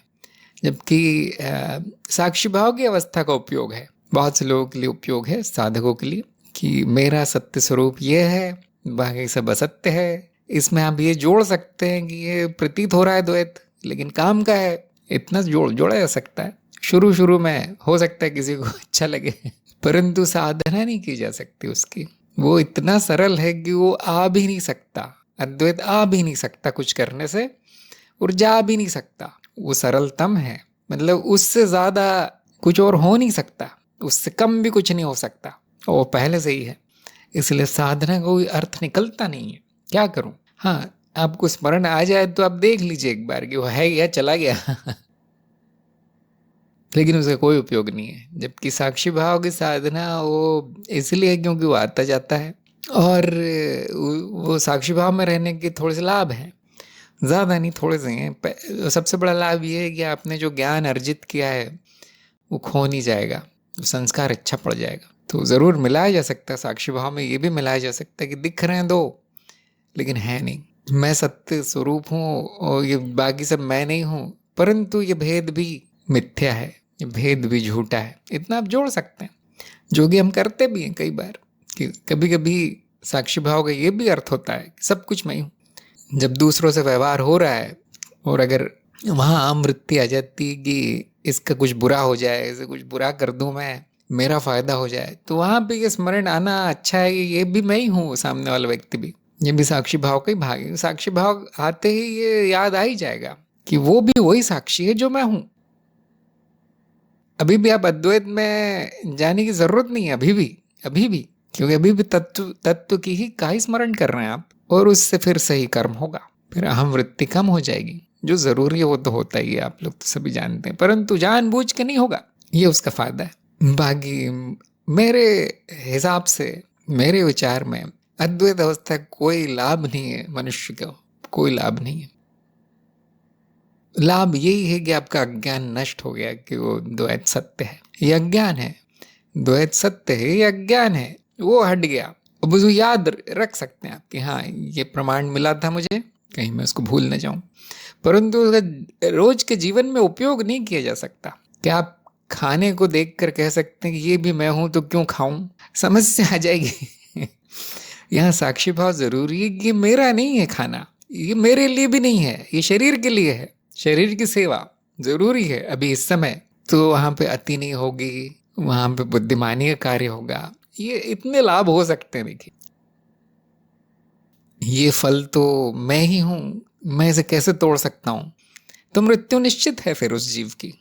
तो अगर उसमें रस आता है तो आप अनुभव क्रिया में स्थित रह जाइए कुछ देर। काम तो द्वैत में ही होगा। द्वैत में क्या काम होगा आप बताइए? द्वैत में भी नहीं होता, माया में ही होता है जो भी होता है। सारा काम माया में होता है, व्यवहारिकता विसत्य में होता है। वहां पे साक्षी भाव एक प्रकाशी किरण की तरह है। प्रकाशी किरण क्या है? पूरी तरह चमकता हुआ सूर्य ही है कि जो भी हो रहा है, प्रतीत हो रहा है, ये सब मैं नहीं हूं। जबकि सारा कर्म जो है सपने में ही होगा। बिल्कुल ठीक है, वैसे ही होना चाहिए, और कहीं कर्म होता भी नहीं है। तो अंत में आपकी इच्छा है, कभी कभी अद्वैत की का स्मरण कर लीजिए, जांच लीजिए उसको है या नहीं। और जो मुख्य साधना है साक्ष्य भाव की, समस्या ये नहीं थी कि अद्वैत नहीं था, समस्या ये थी कि ज्ञान नहीं था। वो उस याद में रहना चाहिए, और कुछ लाने की जरूरत नहीं है। जैसे साक्षी भाव में साक्षी आप बन नहीं सकते, केवल याद कर सकते हैं कि हाँ मैं पहले से हूँ, वैसे ही बिना भेद के रह नहीं सकते, आप याद कर सकते हैं कि भेद तो था ही नहीं। ये सहज समाधि है जो कभी नहीं जाएगी, साधना से आएगी नहीं, साधना छूट गई तो जाएगी नहीं। ये आजीवन गारंटी जो होती है ना, उस तरह की चीज है कोई समस्या नहीं है। अद्वैत अवस्था या अनुभव क्रिया ऐसी कोई समस्या नहीं जिसके लिए साधना करनी पड़े। दिवाकर का प्रश्न है कि अनुभव और अनुभवकर्ता के बीच समयहीनता है, एक मिथ्या है और एक स्थायी है, दोनों मिलकर अस्तित्व है, इसलिए समयहीनता में स्थायित्व भी है और नहीं भी है। बहुत अच्छा, हाँ, एक वाक्य में इन्होंने समझा दिया दिवाकर ने, बहुत अच्छी बात कही। क्योंकि हम अद्वैत की बात कर रहे हैं, अद्वैत अस्तित्व की बात कर रहे हैं। अब इसमें ये नहीं है वो है ऐसा बोलना ठीक नहीं होता, और क्योंकि अस्तित्व अनंत संभावना है, इसलिए ये नहीं होगा उसमें वही होगा, ये बोलना भी ठीक नहीं होता। इसलिए मैंने कहा है ना कि केवल हमारी धारणा हम समाप्त करके मौन में आ सकते हैं, और फिर ना बोलना ही उत्तर है, मौन ही उत्तर है। जैसे सत्यम ने लिखा था कि सरलतम सरलतम की व्याख्या भी सरलतम होगी, और सरलतम अर्थात मौन ही सरलतम है। फिर शून्य की व्याख्या शून्य है। देखिए कितना सुंदर है, ये मौन ही सुंदर है, ये मौन ही पूर्ण है। और ये मौन ऐसा नहीं कि मुंह से आप ना बोले या विचार ना करें, ये मौन बस शंकाओं का अंत है, आंतरिक शांति मात्र है, जो ज्ञान होते ही आ जाती है कि अब तो कुछ नहीं बचा। इस प्रकार का मौन है। कभी कभी ये मनोशरीर यंत्र में प्रकट हो जाएगा कि वो व्यक्ति थोड़ा सा शांत हो जाएगा, जब बेचैन भागता रहता है तो थोड़ा कम हो जाएगी भाग दौड़। ये याद करते रहने का फल है, जिसको जिसको कि हमने साक्षी भाव की साधना कहा है। साक्षी भाव का ये अर्थ नहीं रटते रहना मैं साक्षी हूँ वो साधना नहीं है। याद में रहना, भूलना नहीं, और मौन अपने आप आ जाएगा। फिर ऐसा नहीं कि हम यहाँ पे हथियार डाल रहे हैं कि मैं नहीं जानता स्थायी है या नहीं है। बुद्धि ये नहीं कह रही है, बुद्धि ये नहीं कह रही कि अब जानना ही संभव नहीं है, स्थायी है नहीं। जैसे कि दिवाकर ने स्पष्ट लिखा है, बुद्धि जानती है कि यहाँ पे बोलना ठीक नहीं है बुद्धि इतनी परिष्कृत हो गई, इतनी शुद्ध हो गई है यहाँ पर कि वो जानती है अस्तित्व या अद्वैत के बारे में बोलना अब अज्ञान है, समस्या है। सब जान लिया गया है, सब जान लिया है मैंने। क्या जान लिया है? इसमें समय को नहीं लाना, स्थायित्व तो इन धारणाओं का की मिलावट नहीं करनी, इतना जान लिया मैंने। और ये सरलतम परम शुद्धता है, उसके स्मरण में रहना है। यह है बुद्धि का समर्पण, है ना। इसका भी प्रश्न आया था आज। तो यदि कोई और प्रश्न है तो आप जरूर लिख के भेजिए, तब तक हम इनके प्रश्नों पर चर्चा शुरू करते हैं। अविनाश के पहला दूसरा उत्तर पूरी तरह सही आए। नंबर 3 में आधे अंक मिले कि अप्रोक्ष अनुभव सबको होते हैं तो सबको ज्ञान क्यों नहीं होता। तो इन्होंने बिल्कुल सही कहा था कि जिज्ञासा नहीं होती सब में, और जानना भी नहीं चाहते हो क्या है। तो लेकिन उसमें आधे अंक मिले क्योंकि ये बात सही है। लेकिन यहाँ पे सबको का अर्थ है आम जनता, जो साधक नहीं है। तो स्पष्ट है कि उनको जिज्ञासा नहीं होगी। उनको तो ये भी नहीं पता होता कि इसको अप्रोक्ष अनुभव कहते हैं, जो सामने हो रहा है। वो तो यही मानते हैं कि कोई बहुत बड़ा चमत्कार होता है तभी कुछ ज्ञान होता है हिमालय में तपस्या करनी पड़ती 50 साल तो थोड़ा सा ज्ञान होगा, अज्ञान बहुत ज्यादा है वहां पे। तो वो बेचारे को क्या ज्ञान होगा, देखिए जो सामने है उससे। तो मेरे हिसाब से, क्योंकि इसके 2-4 उत्तर आ सकते हैं क्यों नहीं होता, मेरे हिसाब से सबसे बड़ा कारण है कि गुरु नहीं है। गुरु नहीं जो संकेत दे, जो आपको आपका ही अप्रोक्ष अनुभव दिखा दे कि क्या है, देखो ये क्या है, तब ज्ञान होता है। क्योंकि साधक स्वयं प्रश्न चिन्ह नहीं लगा सकता, भले उसमें जिज्ञासा फिर भी नहीं लगा सकता हो, क्योंकि मान्यता इतनी प्रगाढ़ है उसमें, इतनी गहरी बैठी है कि ये सब सच है जो सामने हो रहा है, और मैं इनमें से एक कोई अनुभव हूं, ढूंढूंगा मैं, कभी ना कभी मिल ही जाएगा, कितनी भी तपस्या करनी पड़े। उसमें जिज्ञासा बहुत है, उसमें साधक के सारे गुण हैं, देखिए दिख रहे हैं, गुण भरे हुए हैं उसमें, परंतु वो प्रश्न चिन्ह नहीं लगा सकता जो सामने है उसके, जो आंखों के ठीक सामने है, जो आंख के अंदर स्वयं है, जो मैं स्वयं हूं। जब तक संकेत नहीं किया जाएगा दिखेगा नहीं, जाना नहीं जाएगा, अदृश्य है, ऊपर से माया का आवरण है, इसलिए वो कभी प्रकट नहीं होगी। संकेत जरूरी है, गुरु का संकेत अति आवश्यक है। जब गुरु संकेत करता है तो ज्ञान होता है, ज्ञान संकेत में नहीं है, अनुभव में है। ये गुरु कृपा है, ये गुरु का महत्व है। इसलिए बिना गुरु के कोई संभावना नहीं है ना। लोग कहते संकेत, किसी गुरु की क्या जरूरत है, किताब में पढ़ लूंगा मैं, या कभी न कभी खुद ही जान जाऊंगा। तो वो देखिए कृपा के स्वरूप है, संकेत के स्वरूप है। किताब भी गुरु द्वारा ही लिखी है, किसी साधक द्वारा ही लिखी है, लेख या वीडियो, वो भी संकेत ही कर रहा है। और अगर कभी कभी स्वयं कुछ जानकारी मिल जाए, संकेत मिल जाए, तो वो भी कृपा ही है, वो अदृश्य कृपा है। ऐसा बहुत कम होगा, फिर कुछ होगा उसके साथ, लेकिन वो समझ नहीं पाएगा क्या हुआ। उसको एक झलक जरूर मिलेगी, जैसे अद्वैत की झलक कभी मिल सकती है, अनुभव क्रिया की झलक मिल सकती है, या मैं ये सब मनोशरीर नहीं हूं, कभी कभी प्रेरणा सी, अंतर प्रज्ञा हम इसे कहते हैं, आ सकती है। वो एक सेकंड बाद वापस अज्ञान में वो वैसे ही शुरू रहता है उसका जीवन जैसे चल रहा था। कृपा, जैसे मैं कहता हूँ ना, बारिश होती रहती है इस प्रकार की लेने का समय नहीं लोगों के पास, न उसका ध्यान जाता है उस तरफ। इसलिए जब सभी गुणों से युक्त शिष्य संकेत करने वाले गुरु से मिलता है तब ज्ञान प्रकट होता है। ये मान लीजिए ये रसायन शास्त्र जैसा लगता है, फॉर्मूला है, बस ऐसा ही होता है। गुरु शिष्य ऐसा ही होता आया है अनंत काल से, ऐसा ही होता है, ऐसा ही होता रहेगा। बाकी एक दो अपवाद इधर उधर कुछ चमत्कारी घटना मिल जाए, वो सब अपवाद ही है, वो भी माया है, वो भी मिथ्या है। तो कभी कभी तो इतना भी होगा कि अपरोक्ष अनुभव दिखा दिया जाए, संकेत कर दिया जाए, वो गुरु 1 महीने तक संकेत करता ही रहे, फिर भी ज्ञान नहीं होता। बड़े साधक को भी ज्ञान नहीं होता, सभी गुणों गुण होते हुए ज्ञान नहीं होता। देखिए कोई ना कोई समस्या, अभी कृपा पूरी नहीं हुई है ना। तो सबकी तो बात करो ही मत, कहना चाहिए था अविनाश को कहना चाहिए था, सबकी बात तो छोड़ी दो। यहाँ जो उसके लिए कटिबद्ध है, ज्ञान के लिए, ज्ञान मार्ग में समर्पित है, कभी कभी उसको भी नहीं होता संकेत के बाद भी। अब दूसरा मार्ग आता है, अब शुद्धिकरण का मार्ग दिया जाता है उसको, दूसरे मार्गों पे उसको भेज दिया जाता है। तो ऐसा नहीं कि गुरु संकेत करेगा कुछ चमत्कार हो जाएगा, हर किसी को ज्ञान हो जाएगा, ये भी नहीं होता। जो पूरी तरह तैयार है, जिसका समय आ गया है, उसको होता है। बाकी सब रहस्य है, जैसे कि मैंने कहा, संभव नहीं है जानना, किसी को होता है, किसी को नहीं होता। क्यों है ऐसा? इसलिए कभी कभी हम बुद्धि को शांत करने के लिए कह देते हैं कि पूर्व निर्धारित था, उसके प्रारब्ध में ही था कि इस समय वो इस गुरु से मिलेगा, इस दिन इतने बजे उसको ज्ञान हो जाएगा। ये इसमें सच नहीं है इतना, लेकिन और कुछ नहीं जाना जा सकता, लेकिन ये जरूरी है, गुरु का होना जरूरी है। नंबर 4 था, इनका क्या सत्य इंद्रियों पर आधारित है? तो इनका जवाब बिल्कुल सही आया। इन्होंने कहा नहीं, आधारित नहीं है, वो तो इंद्रियों के परे है सत्य, तो पूरे नंबर मिले। परंतु इसका एक सटीक जवाब ये हो सकता था कि सत्य के मानदंडों पर आधारित है। शुरुआत ऐसी की जाती है, वो तो बाद में पता चला कि तत्व था, उसे जब मानदंड आपने अपना लिया, जब उस मानदंड पर जांच की आपने, तो तत्व मिला।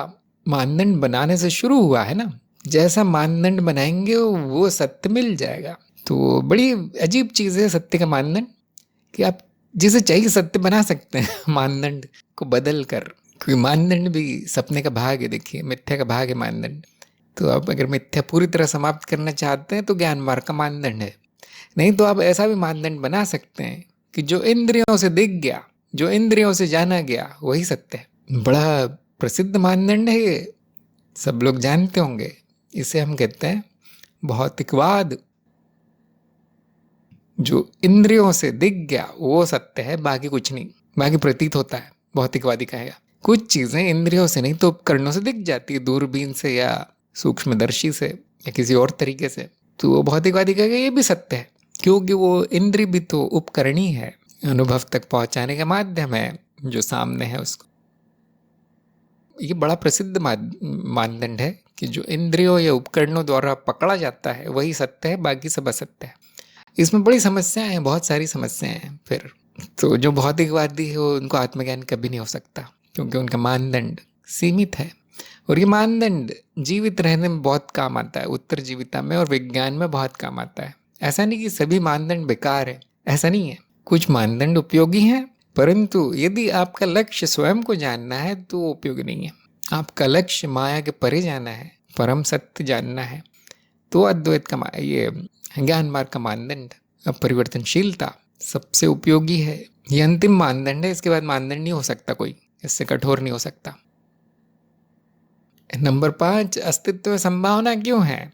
तो इनको आधे अंक मिले, क्योंकि इन्होंने प्रयास किया था कि सब कुछ यही है, तो इसीलिए इसको अनंत कहा जाता है। और इसमें संभावना जोड़ दिया जाता है शब्द याद दिलाने के लिए, सच में नहीं है।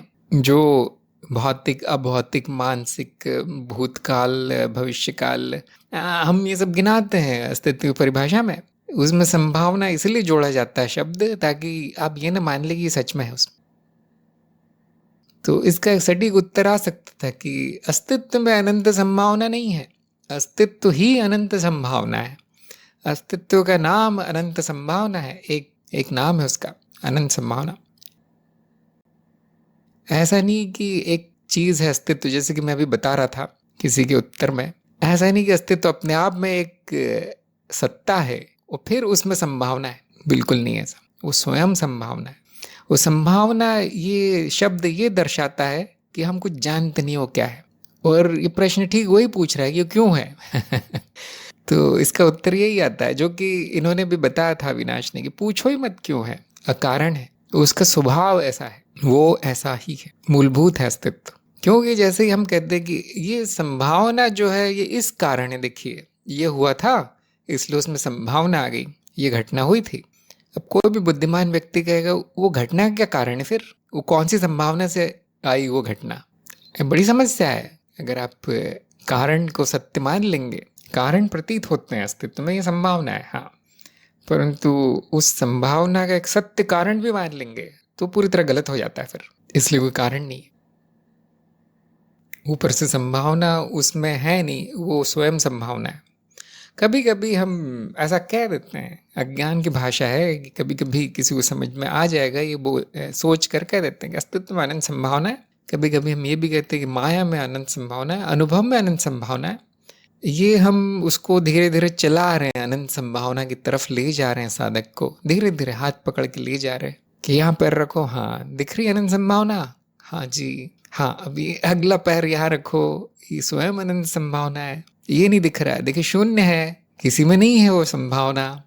इस तरह से उसको पायदान चढ़ाने का प्रयास मात्र है। शब्द, अंत में वो शब्द बेकार है, हम नहीं जानते वो क्या है। इतना ज़रूर जानते कि मैंने जो धारणाएं बनाई थी कि इसलिए है, वो उसलिए है, वो ऐसे है, वो सब गलत है, इतना ज़रूर जाना जाएगा। बाकी वो शुद्ध रूप में संभावना है, मूलभूत ऐसा ही है।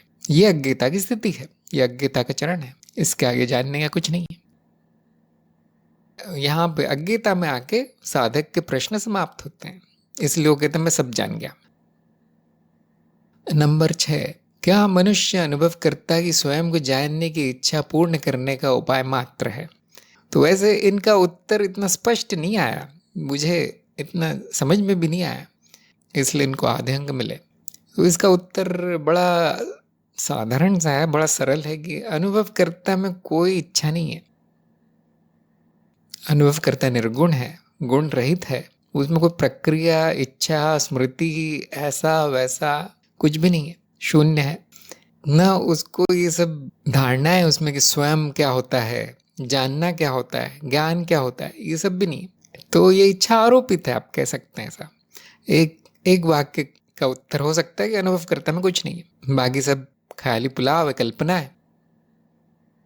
दूसरा उत्तर ये हो सकता है कि जिसको थोड़ा सा ज्ञान कम है वो आरोपित कर देगा ये इच्छा। मनुष्य की इच्छा है स्वयं को जानने की, कौन से मनुष्य की, एक दो कोई होगी करोड़ों में।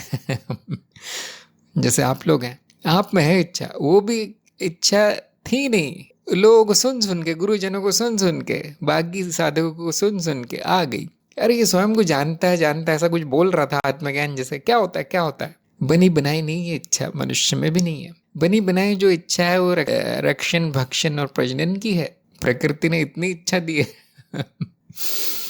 बाकी संगत का असर है, ज्ञानी जनों की संगत में इच्छा स्वयं को जानने की आ जाती है, वो मनुष्य में आती है। और वो इच्छा कैसे अंत होती है, यही जान के कि जो मैं समझता था मैं हूँ वो नहीं हूँ, समाप्त। जानता हो कुछ भी नहीं है, वैसे भी जो है वो हो जाता है।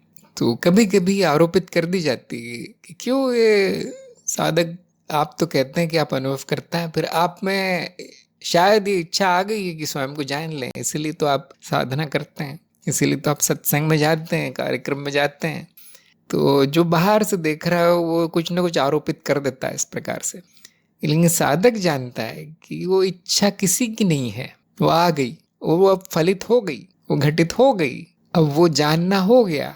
वो ना अनुभव करता कि इच्छा है, न उसमें है, न वो किसी और में है, क्योंकि जो मैं समझता था कि मैं हूं, मुझ में इच्छा है, वो भी मिथ्या है, वो भी कुछ नहीं है, यही ज्ञान हुआ। वो है नहीं, यही ज्ञान हुआ। तो ये लंबा उत्तर ऐसा आ सकता था कि ये तो बहुत दूर की बात है कि अनुभव करते कि इच्छा है और उसने मनुष्य को साधन बना लिया उसको पूर्ण करने का। ये तो बहुत लंबी कहानी हो गई, इतना किसने सोच लिया। असलियत ये है कि इच्छाएं किसी की नहीं होती, अनुभव करता है ये तो कुछ भी नहीं होती, वो तो दृष्टा मात्र है।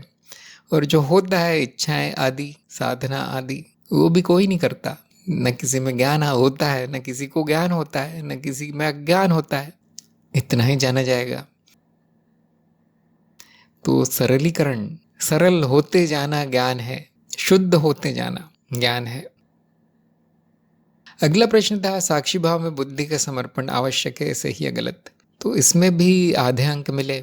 इतना स्पष्ट नहीं रहा उत्तर, लेकिन शायद उन्होंने कहा था कि नहीं, ये आवश्यक नहीं है। तो इसमें तरह तरह के मत हो सकते हैं लोगों के कि अब साक्षी भाव में अगर बुद्धि चली रही है अभी भी, ये मैं क्या हूँ और ये क्या है और वो क्या है, दुनिया क्या है, तो साक्षी भाव तो आया नहीं है, ना आ सकता है, क्योंकि अज्ञान है अभी भी।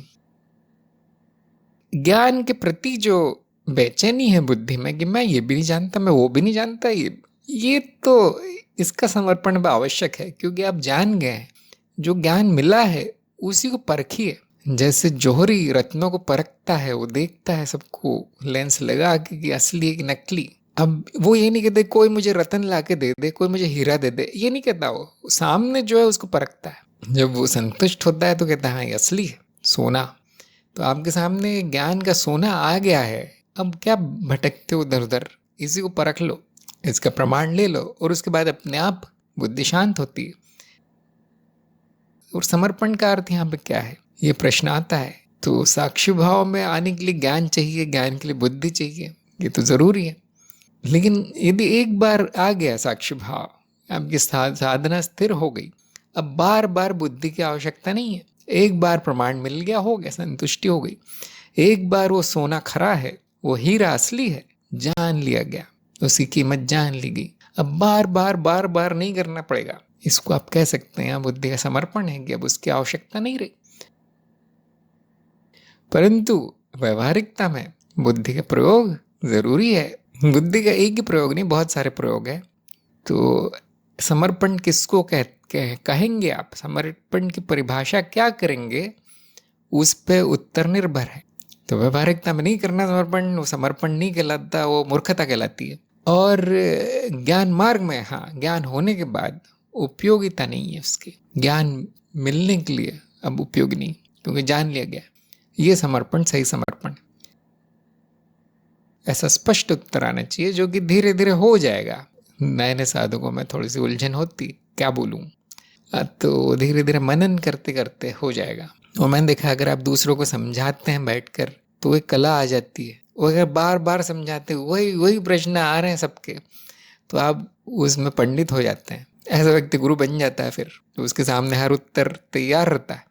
ये भी साधना है, ये भी साधना है। देखिए, ऐसा लगता है कि ज्ञान सेवा में किसी को, मुझको कुछ नहीं मिल रहा है, ये साधना हो रही है।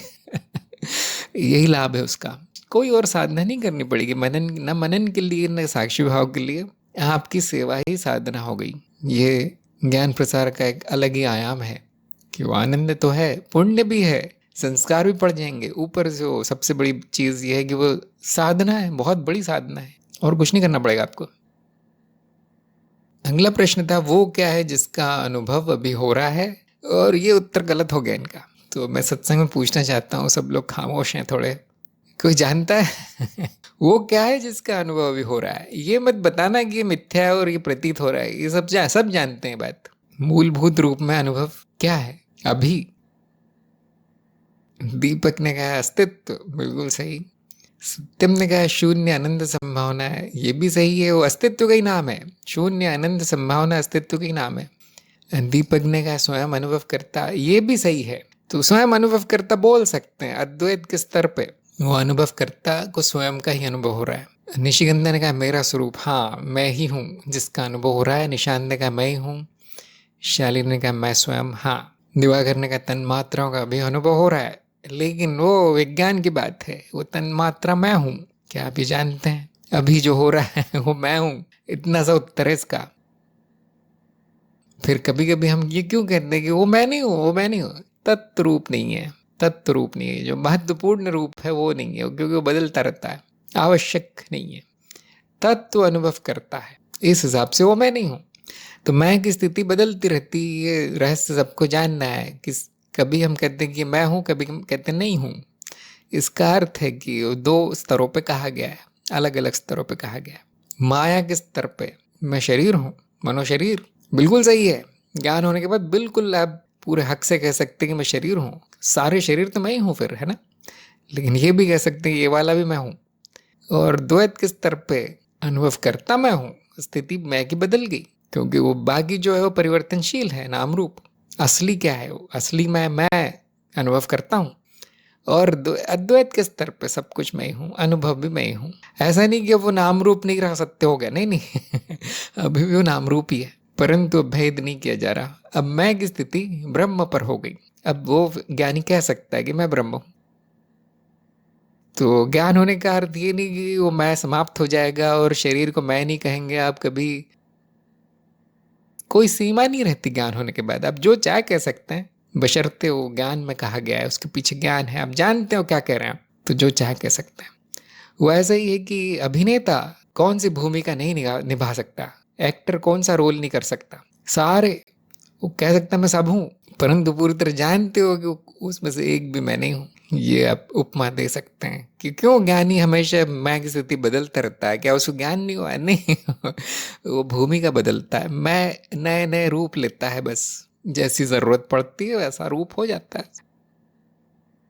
मैं काम की चीजें को छोड़ना नहीं है, कभी कभी वो अहम भी हो जाता है, कोई बात नहीं वो भी मेरा रूप है।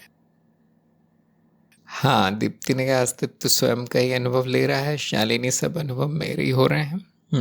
तो ये प्रश्न आया क्यों, क्योंकि लोग सोचते हैं अस्तित्व का अनुभव दिलवाते हैं, ये मैंने सुना है बहुत बड़ा होगा, पता नहीं क्या विचित्र अद्भुत अनुभव होगा, जो अस्तित्व का जो नाम रूप है वो दिखाया जाएगा। नहीं जी, ज्ञान मार्ग में कोई विचित्र नहीं होता, कुछ अद्भुत नहीं होता, ये जो सामने वही अस्तित्व है, वही मैं हूँ, वही माया है, वही मिथ्या है, कोई बहुत बड़ी चीज नहीं है। और जब आप जान जाते हैं, जब इसका महत्व जान जाते हैं, तो ये इस ज्ञान से बड़ी कोई चीज नहीं है। फिर ये जो साधारण है वो असाधारण की पृष्ठभूमि पे हो रहा है। ध्यान दीजिए, बड़ा सुंदर वाक्य है। जो साधारण सा लगता है मेरा होना और ये सामने जो प्रकट है, वो असाधारण की पृष्ठभूमि में हो रहा है। उस असाधारण को आप ज्ञान होने के बाद ही जान पाएंगे कि असाधारण बात है, कैसा हो भी रहा है। 9 और 10 उत्तर बिल्कुल सही थे इनके। कौन सी वृत्ति एकता में विघ्न लाती, अभी अभी मैंने इस पे बात की थी कि कुछ नहीं कर सकते, एकता जा नहीं सकती कभी, सब कुछ एकता की पृष्ठभूमि में होता है, प्रतीत होता है कि चली गई जिसमें कोई बुराई नहीं है, क्योंकि अनंत संभावना है, तो ये भी प्रतीत होगा ना कि वो नहीं है, परंतु वो नहीं, कभी नहीं जाती। वृत्ति तो छोटी सी चीज है, कुछ भी हो जाए सृष्टि में वो अद्वैत, कभी कुछ और नहीं होगा। इसको आप कह सकते हैं ये स्थायित्व है ना, इसलिए कभी कभी ब्रह्म सत्य कह दिया जाता है, ब्रह्म सत्य है, वो चीज कहीं नहीं जाएगी, कुछ नहीं उसमें विघ्न ला सकता, ना कोई उसको ला सकता है, न आप कितना भी बड़ी तपस्या तप कर ले, कोई बड़ी साधना कर ले कि वो अद्वैत हो जाए, कभी नहीं होगा। केवल अपना अज्ञान त्यागा जा सकता है, केवल समर्पण किया जा सकता है कि सब जो है पहले से बिल्कुल सही है समस्या मेरे अज्ञान में है। किसी विषय को पूरी तरह जानने के लिए कितनी देर मनन करना चाहिए, जब तक प्रश्न समाप्त नहीं हो जाता, जब तक प्रमाण नहीं मिल जाता, जो कि इन्होंने बिल्कुल सही बताया, इनका उत्तर अच्छा था।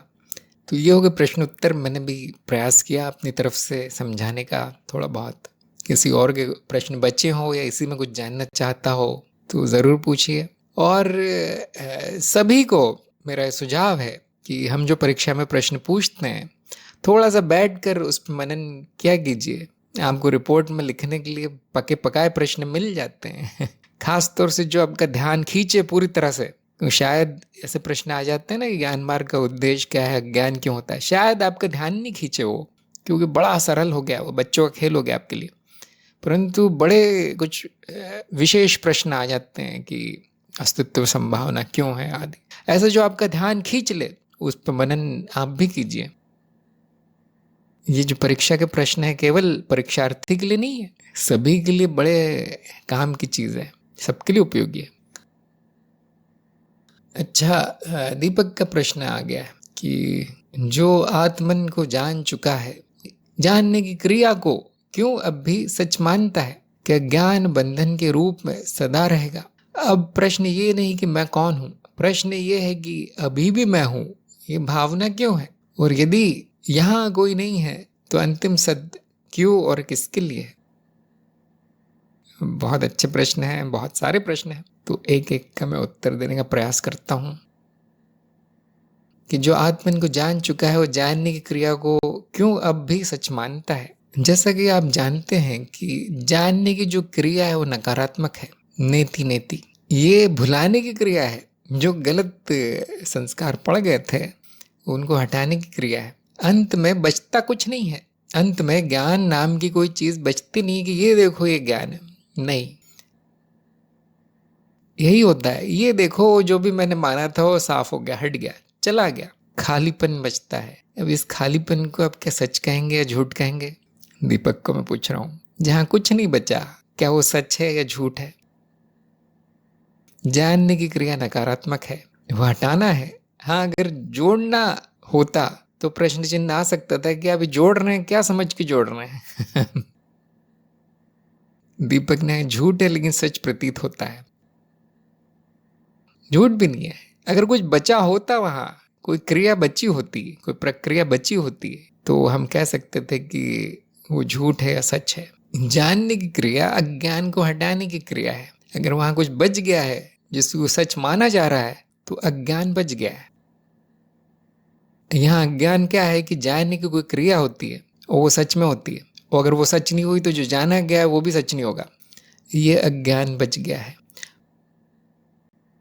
तो प्रश्न थोड़ा जटिल है, उत्तर भी जटिल है, हो सकता है समझ में आ गया हो। इसका कुंजी इसको जानने की, इसको समझने की है कि जानने की क्रिया या ज्ञान वृत्ति नकारात्मक है। नकारात्मक जो है वो हटाया जा रहा है, वहां पे सच या झूठ का सवाल नहीं आता। कोई कह सकता है कि ये हटाना अब झूठ है, लेकिन वो बचता नहीं वहां पे कुछ। एक कांटे से दूसरा कांटा हट गया, क्या वो कांटे झूठ हैं या सच हैं? वहां कुछ बचा नहीं है। हाँ, अगर अपने उन कांटों को पकड़ रखा है अभी भी तो अब समस्या है। अब बताया जा सकता है कि झूठ था सच था। अगर शुद्ध स्वरूप मिल गया है तो कोई शंका नहीं बचती। अब वो जानने की क्रिया भी छोड़ देनी है। वो क्रिया वैसी ही है, नेति नेति विधि। जैसे नदी पार करने के लिए नाव होती है, नदी पार होने के बाद वो नाव झूठती है सचती है, हमें क्या करना है? नदी पार हो गई, क्या सत्य मिल गया?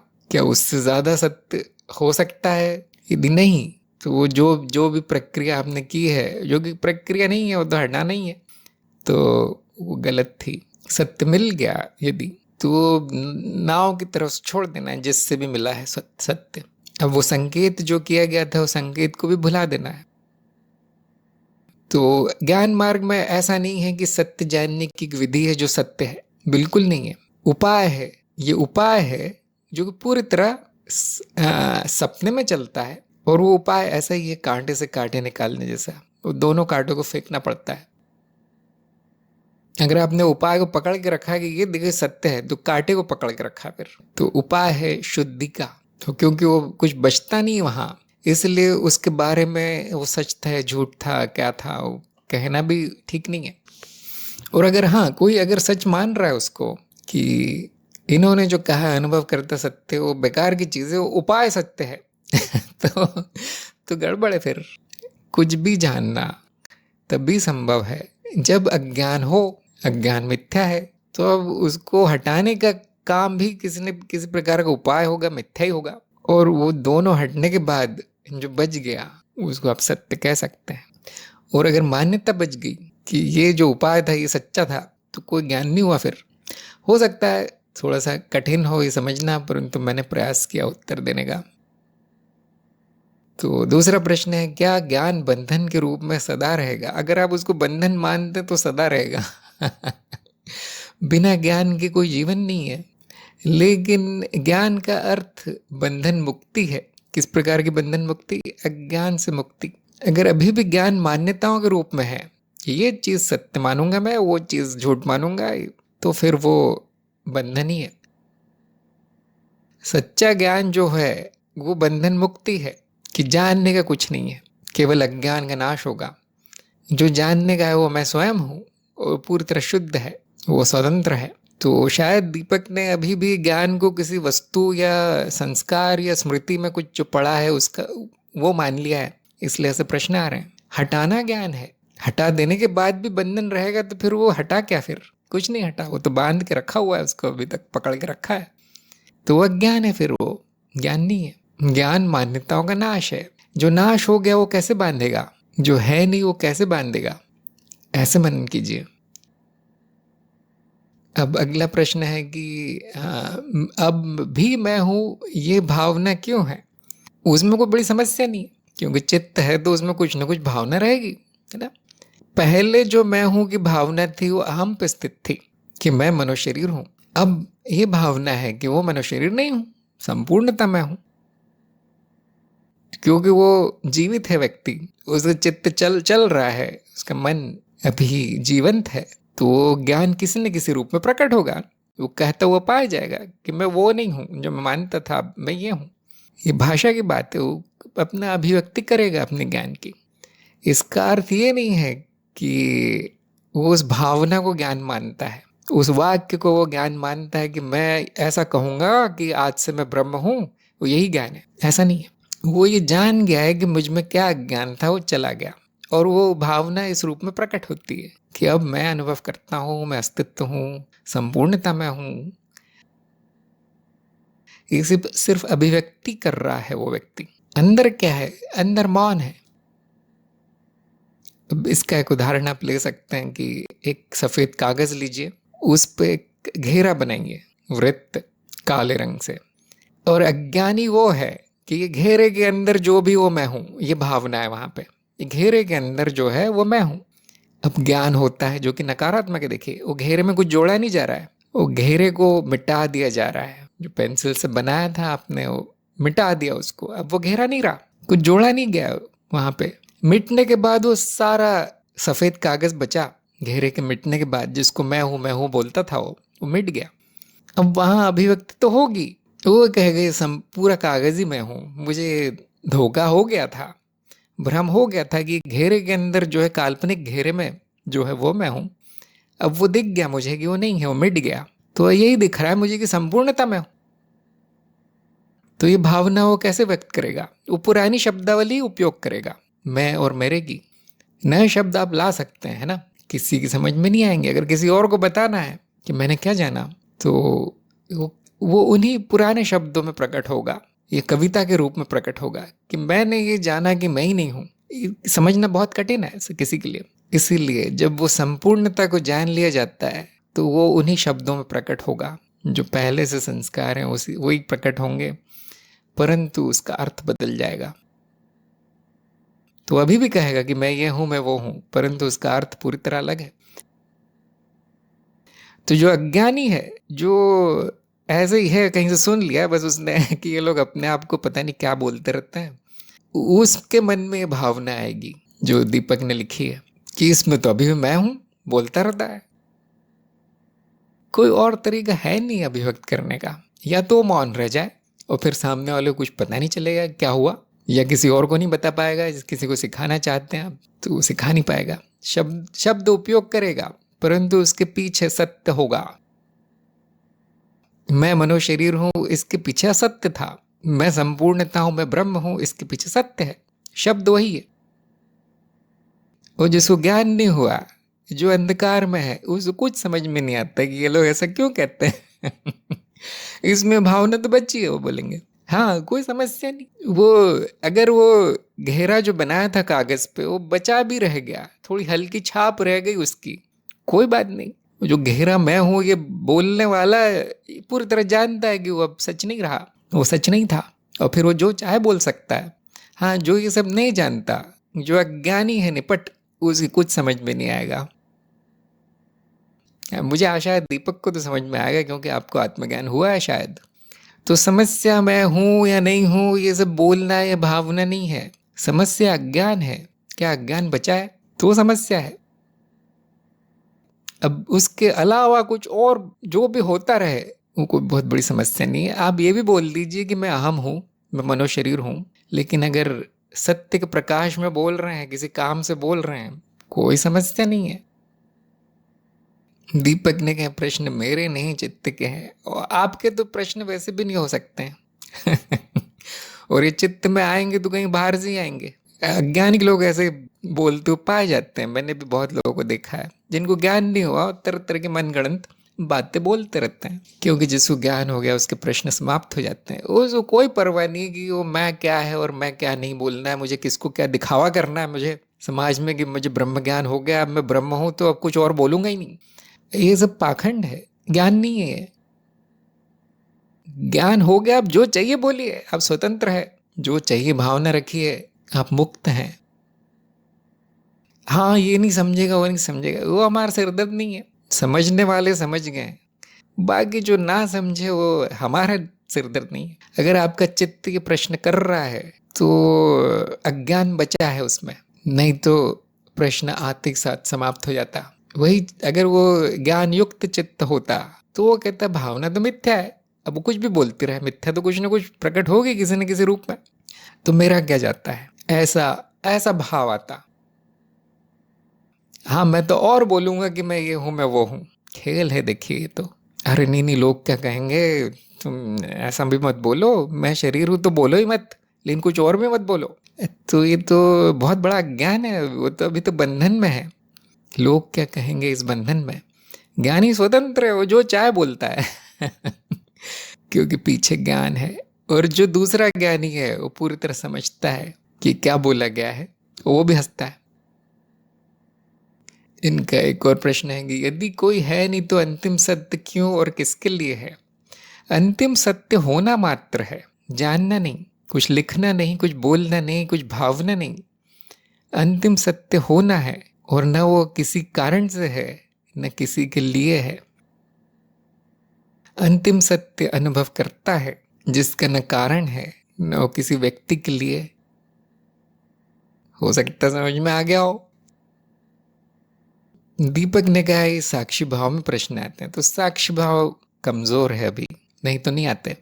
ये प्रश्न नहीं आता तो किसके लिए है, कारण क्यों है, क्योंकि सत्य मैं हूं ये याद आता है साक्षी भाव में, और ये याद आना चाहिए कि मैं अकारण हूं, और यहाँ कोई व्यक्ति नहीं जिसके लिए ये बोला जा रहा है या हुआ जा रहा है सत्य, वो तो है नहीं, वो तो धारणा है, वो तो प्रकट भी नहीं है।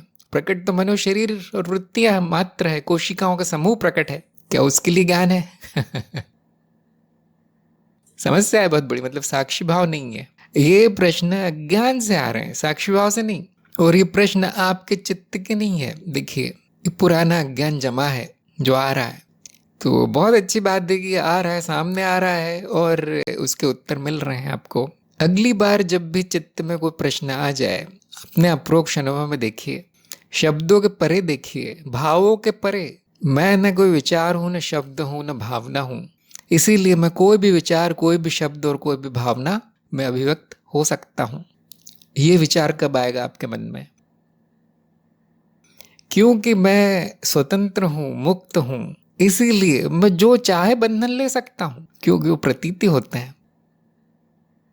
ये विचार कब आएगा आपके मन में, उसमें कोई बुराई नहीं है। अगर ये बंधन है वो बंधन है, ऐसा क्या बुराई है, क्योंकि वो तो प्रतीत होते हैं, वो तो है नहीं, सच तो है नहीं, मेरे तो है नहीं। लेकिन क्योंकि मैं इतना स्वतंत्र हूं, मैं पूरी तरह स्वतंत्र हूं बोलने के लिए कि वो मेरे हैं बंधन, क्या कोई समस्या है? आप कितना भी बोल दीजिए बंधन मेरा है, ये मेरा नहीं है, ये भावना मेरी है, ये मेरी, ये क्यों है, ये सब बेकार की बातें हैं। क्योंकि मुक्ति अनंत है, स्वतंत्रता भी अनंत है, और इस प्रकार के बंधन लेने और कुछ भी होने, कुछ भी विचार करने, कुछ भी भाव करने की भी स्वतंत्रता है। क्या ये बुरी बात है? और इसमें ये भी स्वतंत्रता है कि मैं अज्ञान में पड़ जाऊं, अज्ञानियों जैसे बोलता रहूं कुछ भी, क्या बुरी बात है? ये भी स्वतंत्रता ही है, ये भी अनंत संभावना ही है जो अज्ञानी के रूप में प्रकट है। जैसे आज एक प्रश्न आया था ना, अज्ञान क्यों हो जाता है, एक बड़ा सटीक उत्तर आ सकता है, ये भी संभावना है, क्यों नहीं हो सकता, सब हो सकता है, यहाँ तो अज्ञान भी हो सकता है, और ये भी मेरी स्वतंत्रता है, ये भी मैं ही हूं, परंतु वो सत्य नहीं है, इसलिए वो स्वतंत्रता, वो मुक्ति कभी जाती नहीं है। समस्या क्या है कि ये होना ही नहीं चाहिए, ये भाव आना ही नहीं चाहिए, ये वाक्य बोलना ही नहीं चाहिए, इस तरह की मान्यताएं समस्या है। सब होना चाहिए, देखिए सत्य के प्रकाश में होना चाहिए, ज्ञान के प्रकाश में होना चाहिए। ज्ञान की विधि होनी नहीं चाहिए, बिना विधि के ज्ञान हो जाना चाहिए। अब ये बड़ी समस्या है ना। ज्ञान की विधि को सच नहीं मानना है, बाकी कोई समस्या नहीं। फिर कुछ भी हो सकता है, जैसे अज्ञान में कुछ भी हो सकता है। ज्ञान के लिए कोई भी विधि उपयोग करके आप सब कुछ त्याग सकते हैं। इसीलिए कई मार्ग हैं, इसलिए कई विधियां हैं। न वो सत्य है न वो असत्य है, व्यवहारिक है ना, उपाय मात्र है। उपाय का अर्थ है कि वो व्यवहारिक होता है, वो काम करता है, वो आपको अपने सत्य स्वरूप तक ले जाता है। समाप्त। अगर इससे ज्यादा उसको जटिल किया जाए तो वो बोझिल हो जाएगा। फिर आप जो ज्ञान का जो आनंद है उसमें स्थित नहीं हो पाएंगे। ध्यान दीजिए, ज्ञान मान्यता नहीं है जो किसी पे आधारित हो। मान्यताओं का नाश है। अब वो किसी पे, अज्ञान किसी पे आधारित हो सकता है, हाँ, वो सब आधार नष्ट हो गए। अब मैं हूं केवल जो कि स्वयं का आधार है, मैं स्वयं का आधार हूं। इतना अगर ज्ञान हो गया, समाप्त, और कुछ नहीं चाहिए। तो एक आखिरी प्रश्न लेते हैं आज का, कि प्रीति का प्रश्न है कि किसी परिजन के दुखी या परेशान होने पर खुद को भी दुख होता है। ये आसक्ति के कारण है शायद, परंतु यदि किसी अनजान के दुखी होने पर दुख होना भी क्या अज्ञान ही है? अब यहाँ अज्ञान तो बचा नहीं होगा, है ना, परंतु आसक्ति बच सकती है, या सटीक शब्दों में हम कहते हैं संवेदनशीलता बच सकती है। व्यक्ति जितना संवेदनशील होगा उतना सामने वाले की मनोस्थिति को समझ पाएगा। कभी कभी वो मनोस्थिति इतना प्रभाव डालती है कि वो स्वयं दुखी हो जाता है व्यक्ति। हम कहते हैं वो संवेदनशील है, अति संवेदनशील है। तो यहाँ पे अज्ञान यही हो सकता है कि उसको मेरा मान लेना, कि ये व्यक्ति मेरा संबंधी है, ये व्यक्ति अनजान है, और ये भी मान लेना कि इसका दुख सच्चा है और मुझे जो संवेदना हो रही है, सहानुभूति हो रही है, वो भी सच्ची है। अगर ये सब मान लिया गया तो अज्ञान है। बाकी जो हो रहा है वो पूरी तरह प्राकृतिक है। संवेदनशील व्यक्ति ऐसा ही होता है। आसक्ति के क्या लक्षण है? संवेदनशीलता और आसक्ति में भेद कैसे जानेंगे? आसक्ति बोलेगी कि जो मेरे पहचान के हैं, मेरे संबंधी है, उनको कोई दुख होगा तो ही मैं दुखी होऊंगा, बाकी लोग कुछ भी होता रहे। यहाँ पे वहाँ जुड़ाव है एक से, जो मेरे हैं। यहाँ वो हम कह रहा है कि जो मेरे है उन्हीं के दुख में मैं दुखी होऊंगा, या उन्हीं के दुख से मुझे दुख होता है, बाकियों से नहीं होता। ये आसक्ति का चिन्ह है। और अगर वो संवेदनशीलता सबके लिए बराबर सी है, सभी जीवों के लिए, यहाँ तक कि पशुओं के लिए भी, तो वो आसक्ति नहीं है, वो संवेदनशीलता है, और वो भी प्राकृतिक है। उसको सच मान लेना ये अज्ञान है। क्या वो रोकना चाहिए? बिल्कुल नहीं। जो बिल्कुल सही हो रहा है, जो हो रहा है, आप, इस व्यक्ति का स्वभाव ऐसा है ना, संवेदनशील व्यक्ति हो, रोक के क्या फायदा है? क्या मुझे कुछ करना चाहिए? बिल्कुल नहीं। यदि आपका उत्तरदायित्व तो है, आपका कर्तव्य है, तो जरूर थोड़ी सी सहायता करनी चाहिए। अगर आप सब ठीक करने में लग गए तो फिर वो आ सकती है केवल। अब वो केवल संवेदनशीलता नहीं है। अब वहाँ पे हम अहंकार कह रहा है कि ये मेरा संबंधी है, ये मेरे लोग हैं, तो ठीक करना है पूरा। नहीं, जब तक आपका उत्तरदायित्व तो नहीं है, जब तक आवश्यक नहीं है, तब तक कुछ करना भी नहीं है। जब अगर वो आपकी सेवा है, आपका काम है, वो जैसे डॉक्टर का काम होता है ना कि मरीज को ठीक करना, अगर वैसा नहीं है तो आपको कुछ नहीं करना है। जैसे वो भावना आई है किसी और के दुख में दुखी होने की, वैसे वो चली भी जाएगी, फिर कुछ और आ जाएगा। संवेदनशील व्यक्ति केवल दुख में दुखी नहीं होता किसी के, कोई खुश होता है तो उससे उसको खुशी भी होती है। संवेदनशीलता का अर्थ केवल नकारात्मक भाव अपना लेना नहीं है, सकारात्मक भी। कोई खुश होगा, कोई सफल होगा, तो वो संवेदनशील व्यक्ति उतनी ही खुशी महसूस करेगा। ये बहुत प्राकृतिक है। अगर ये ऐसा होता नहीं है आपके साथ, जैसे कुछ लोग सोच रहे होंगे ना, मेरे साथ तो नहीं होता है, तो वो भी प्राकृतिक है, वो भी ठीक है। सब लोग नहीं होते संवेदनशील, और जबरदस्ती होना भी नहीं चाहिए, सब अलग अलग हैं। समस्या क्या है कि जहां पे संवेदनशील होना है वहां पर भी नहीं होता वो व्यक्ति। अब ये समस्या है, यहाँ विकार हो चुका है, वो संवेदनहीनता हो गई उसमें। जहाँ जरूरी वहां पर भी उसमें संवेदना नहीं आती। अब समस्या है, वो ये विकार दूसरी दिशा में भी जा सकता है कि जहाँ जरूरी नहीं वहां पे भी दुखी हो रहा है। मान लीजिए किसी व्यक्ति को कांटा लगा है, दो क्षण का उसको दुख हुआ, कष्ट हुआ, और ये संवेदनशील आदमी रोज याद कर करके रो रहा है कि उसको कांटा लगा था। अब ये अति हो गई है ना। अब हम कहेंगे अब अज्ञान है, ये अज्ञान भी नहीं है, थोड़ी सी अशुद्धि है बस, वो ज्ञान से ठीक हो सकती है। तो मुझे लगता है कि आज के प्रश्न समाप्त हो गए। बहुत अच्छे प्रश्न आए सभी के, और अविनाश की भी परीक्षा पूर्ण हुई। अविनाश को एक और बार बधाई। चलते रही कार्यक्रम में, और आज की सत्संग हम यहाँ समाप्त करते हैं। सभी का सत्संग में आने के लिए बहुत बहुत धन्यवाद। नमस्कार।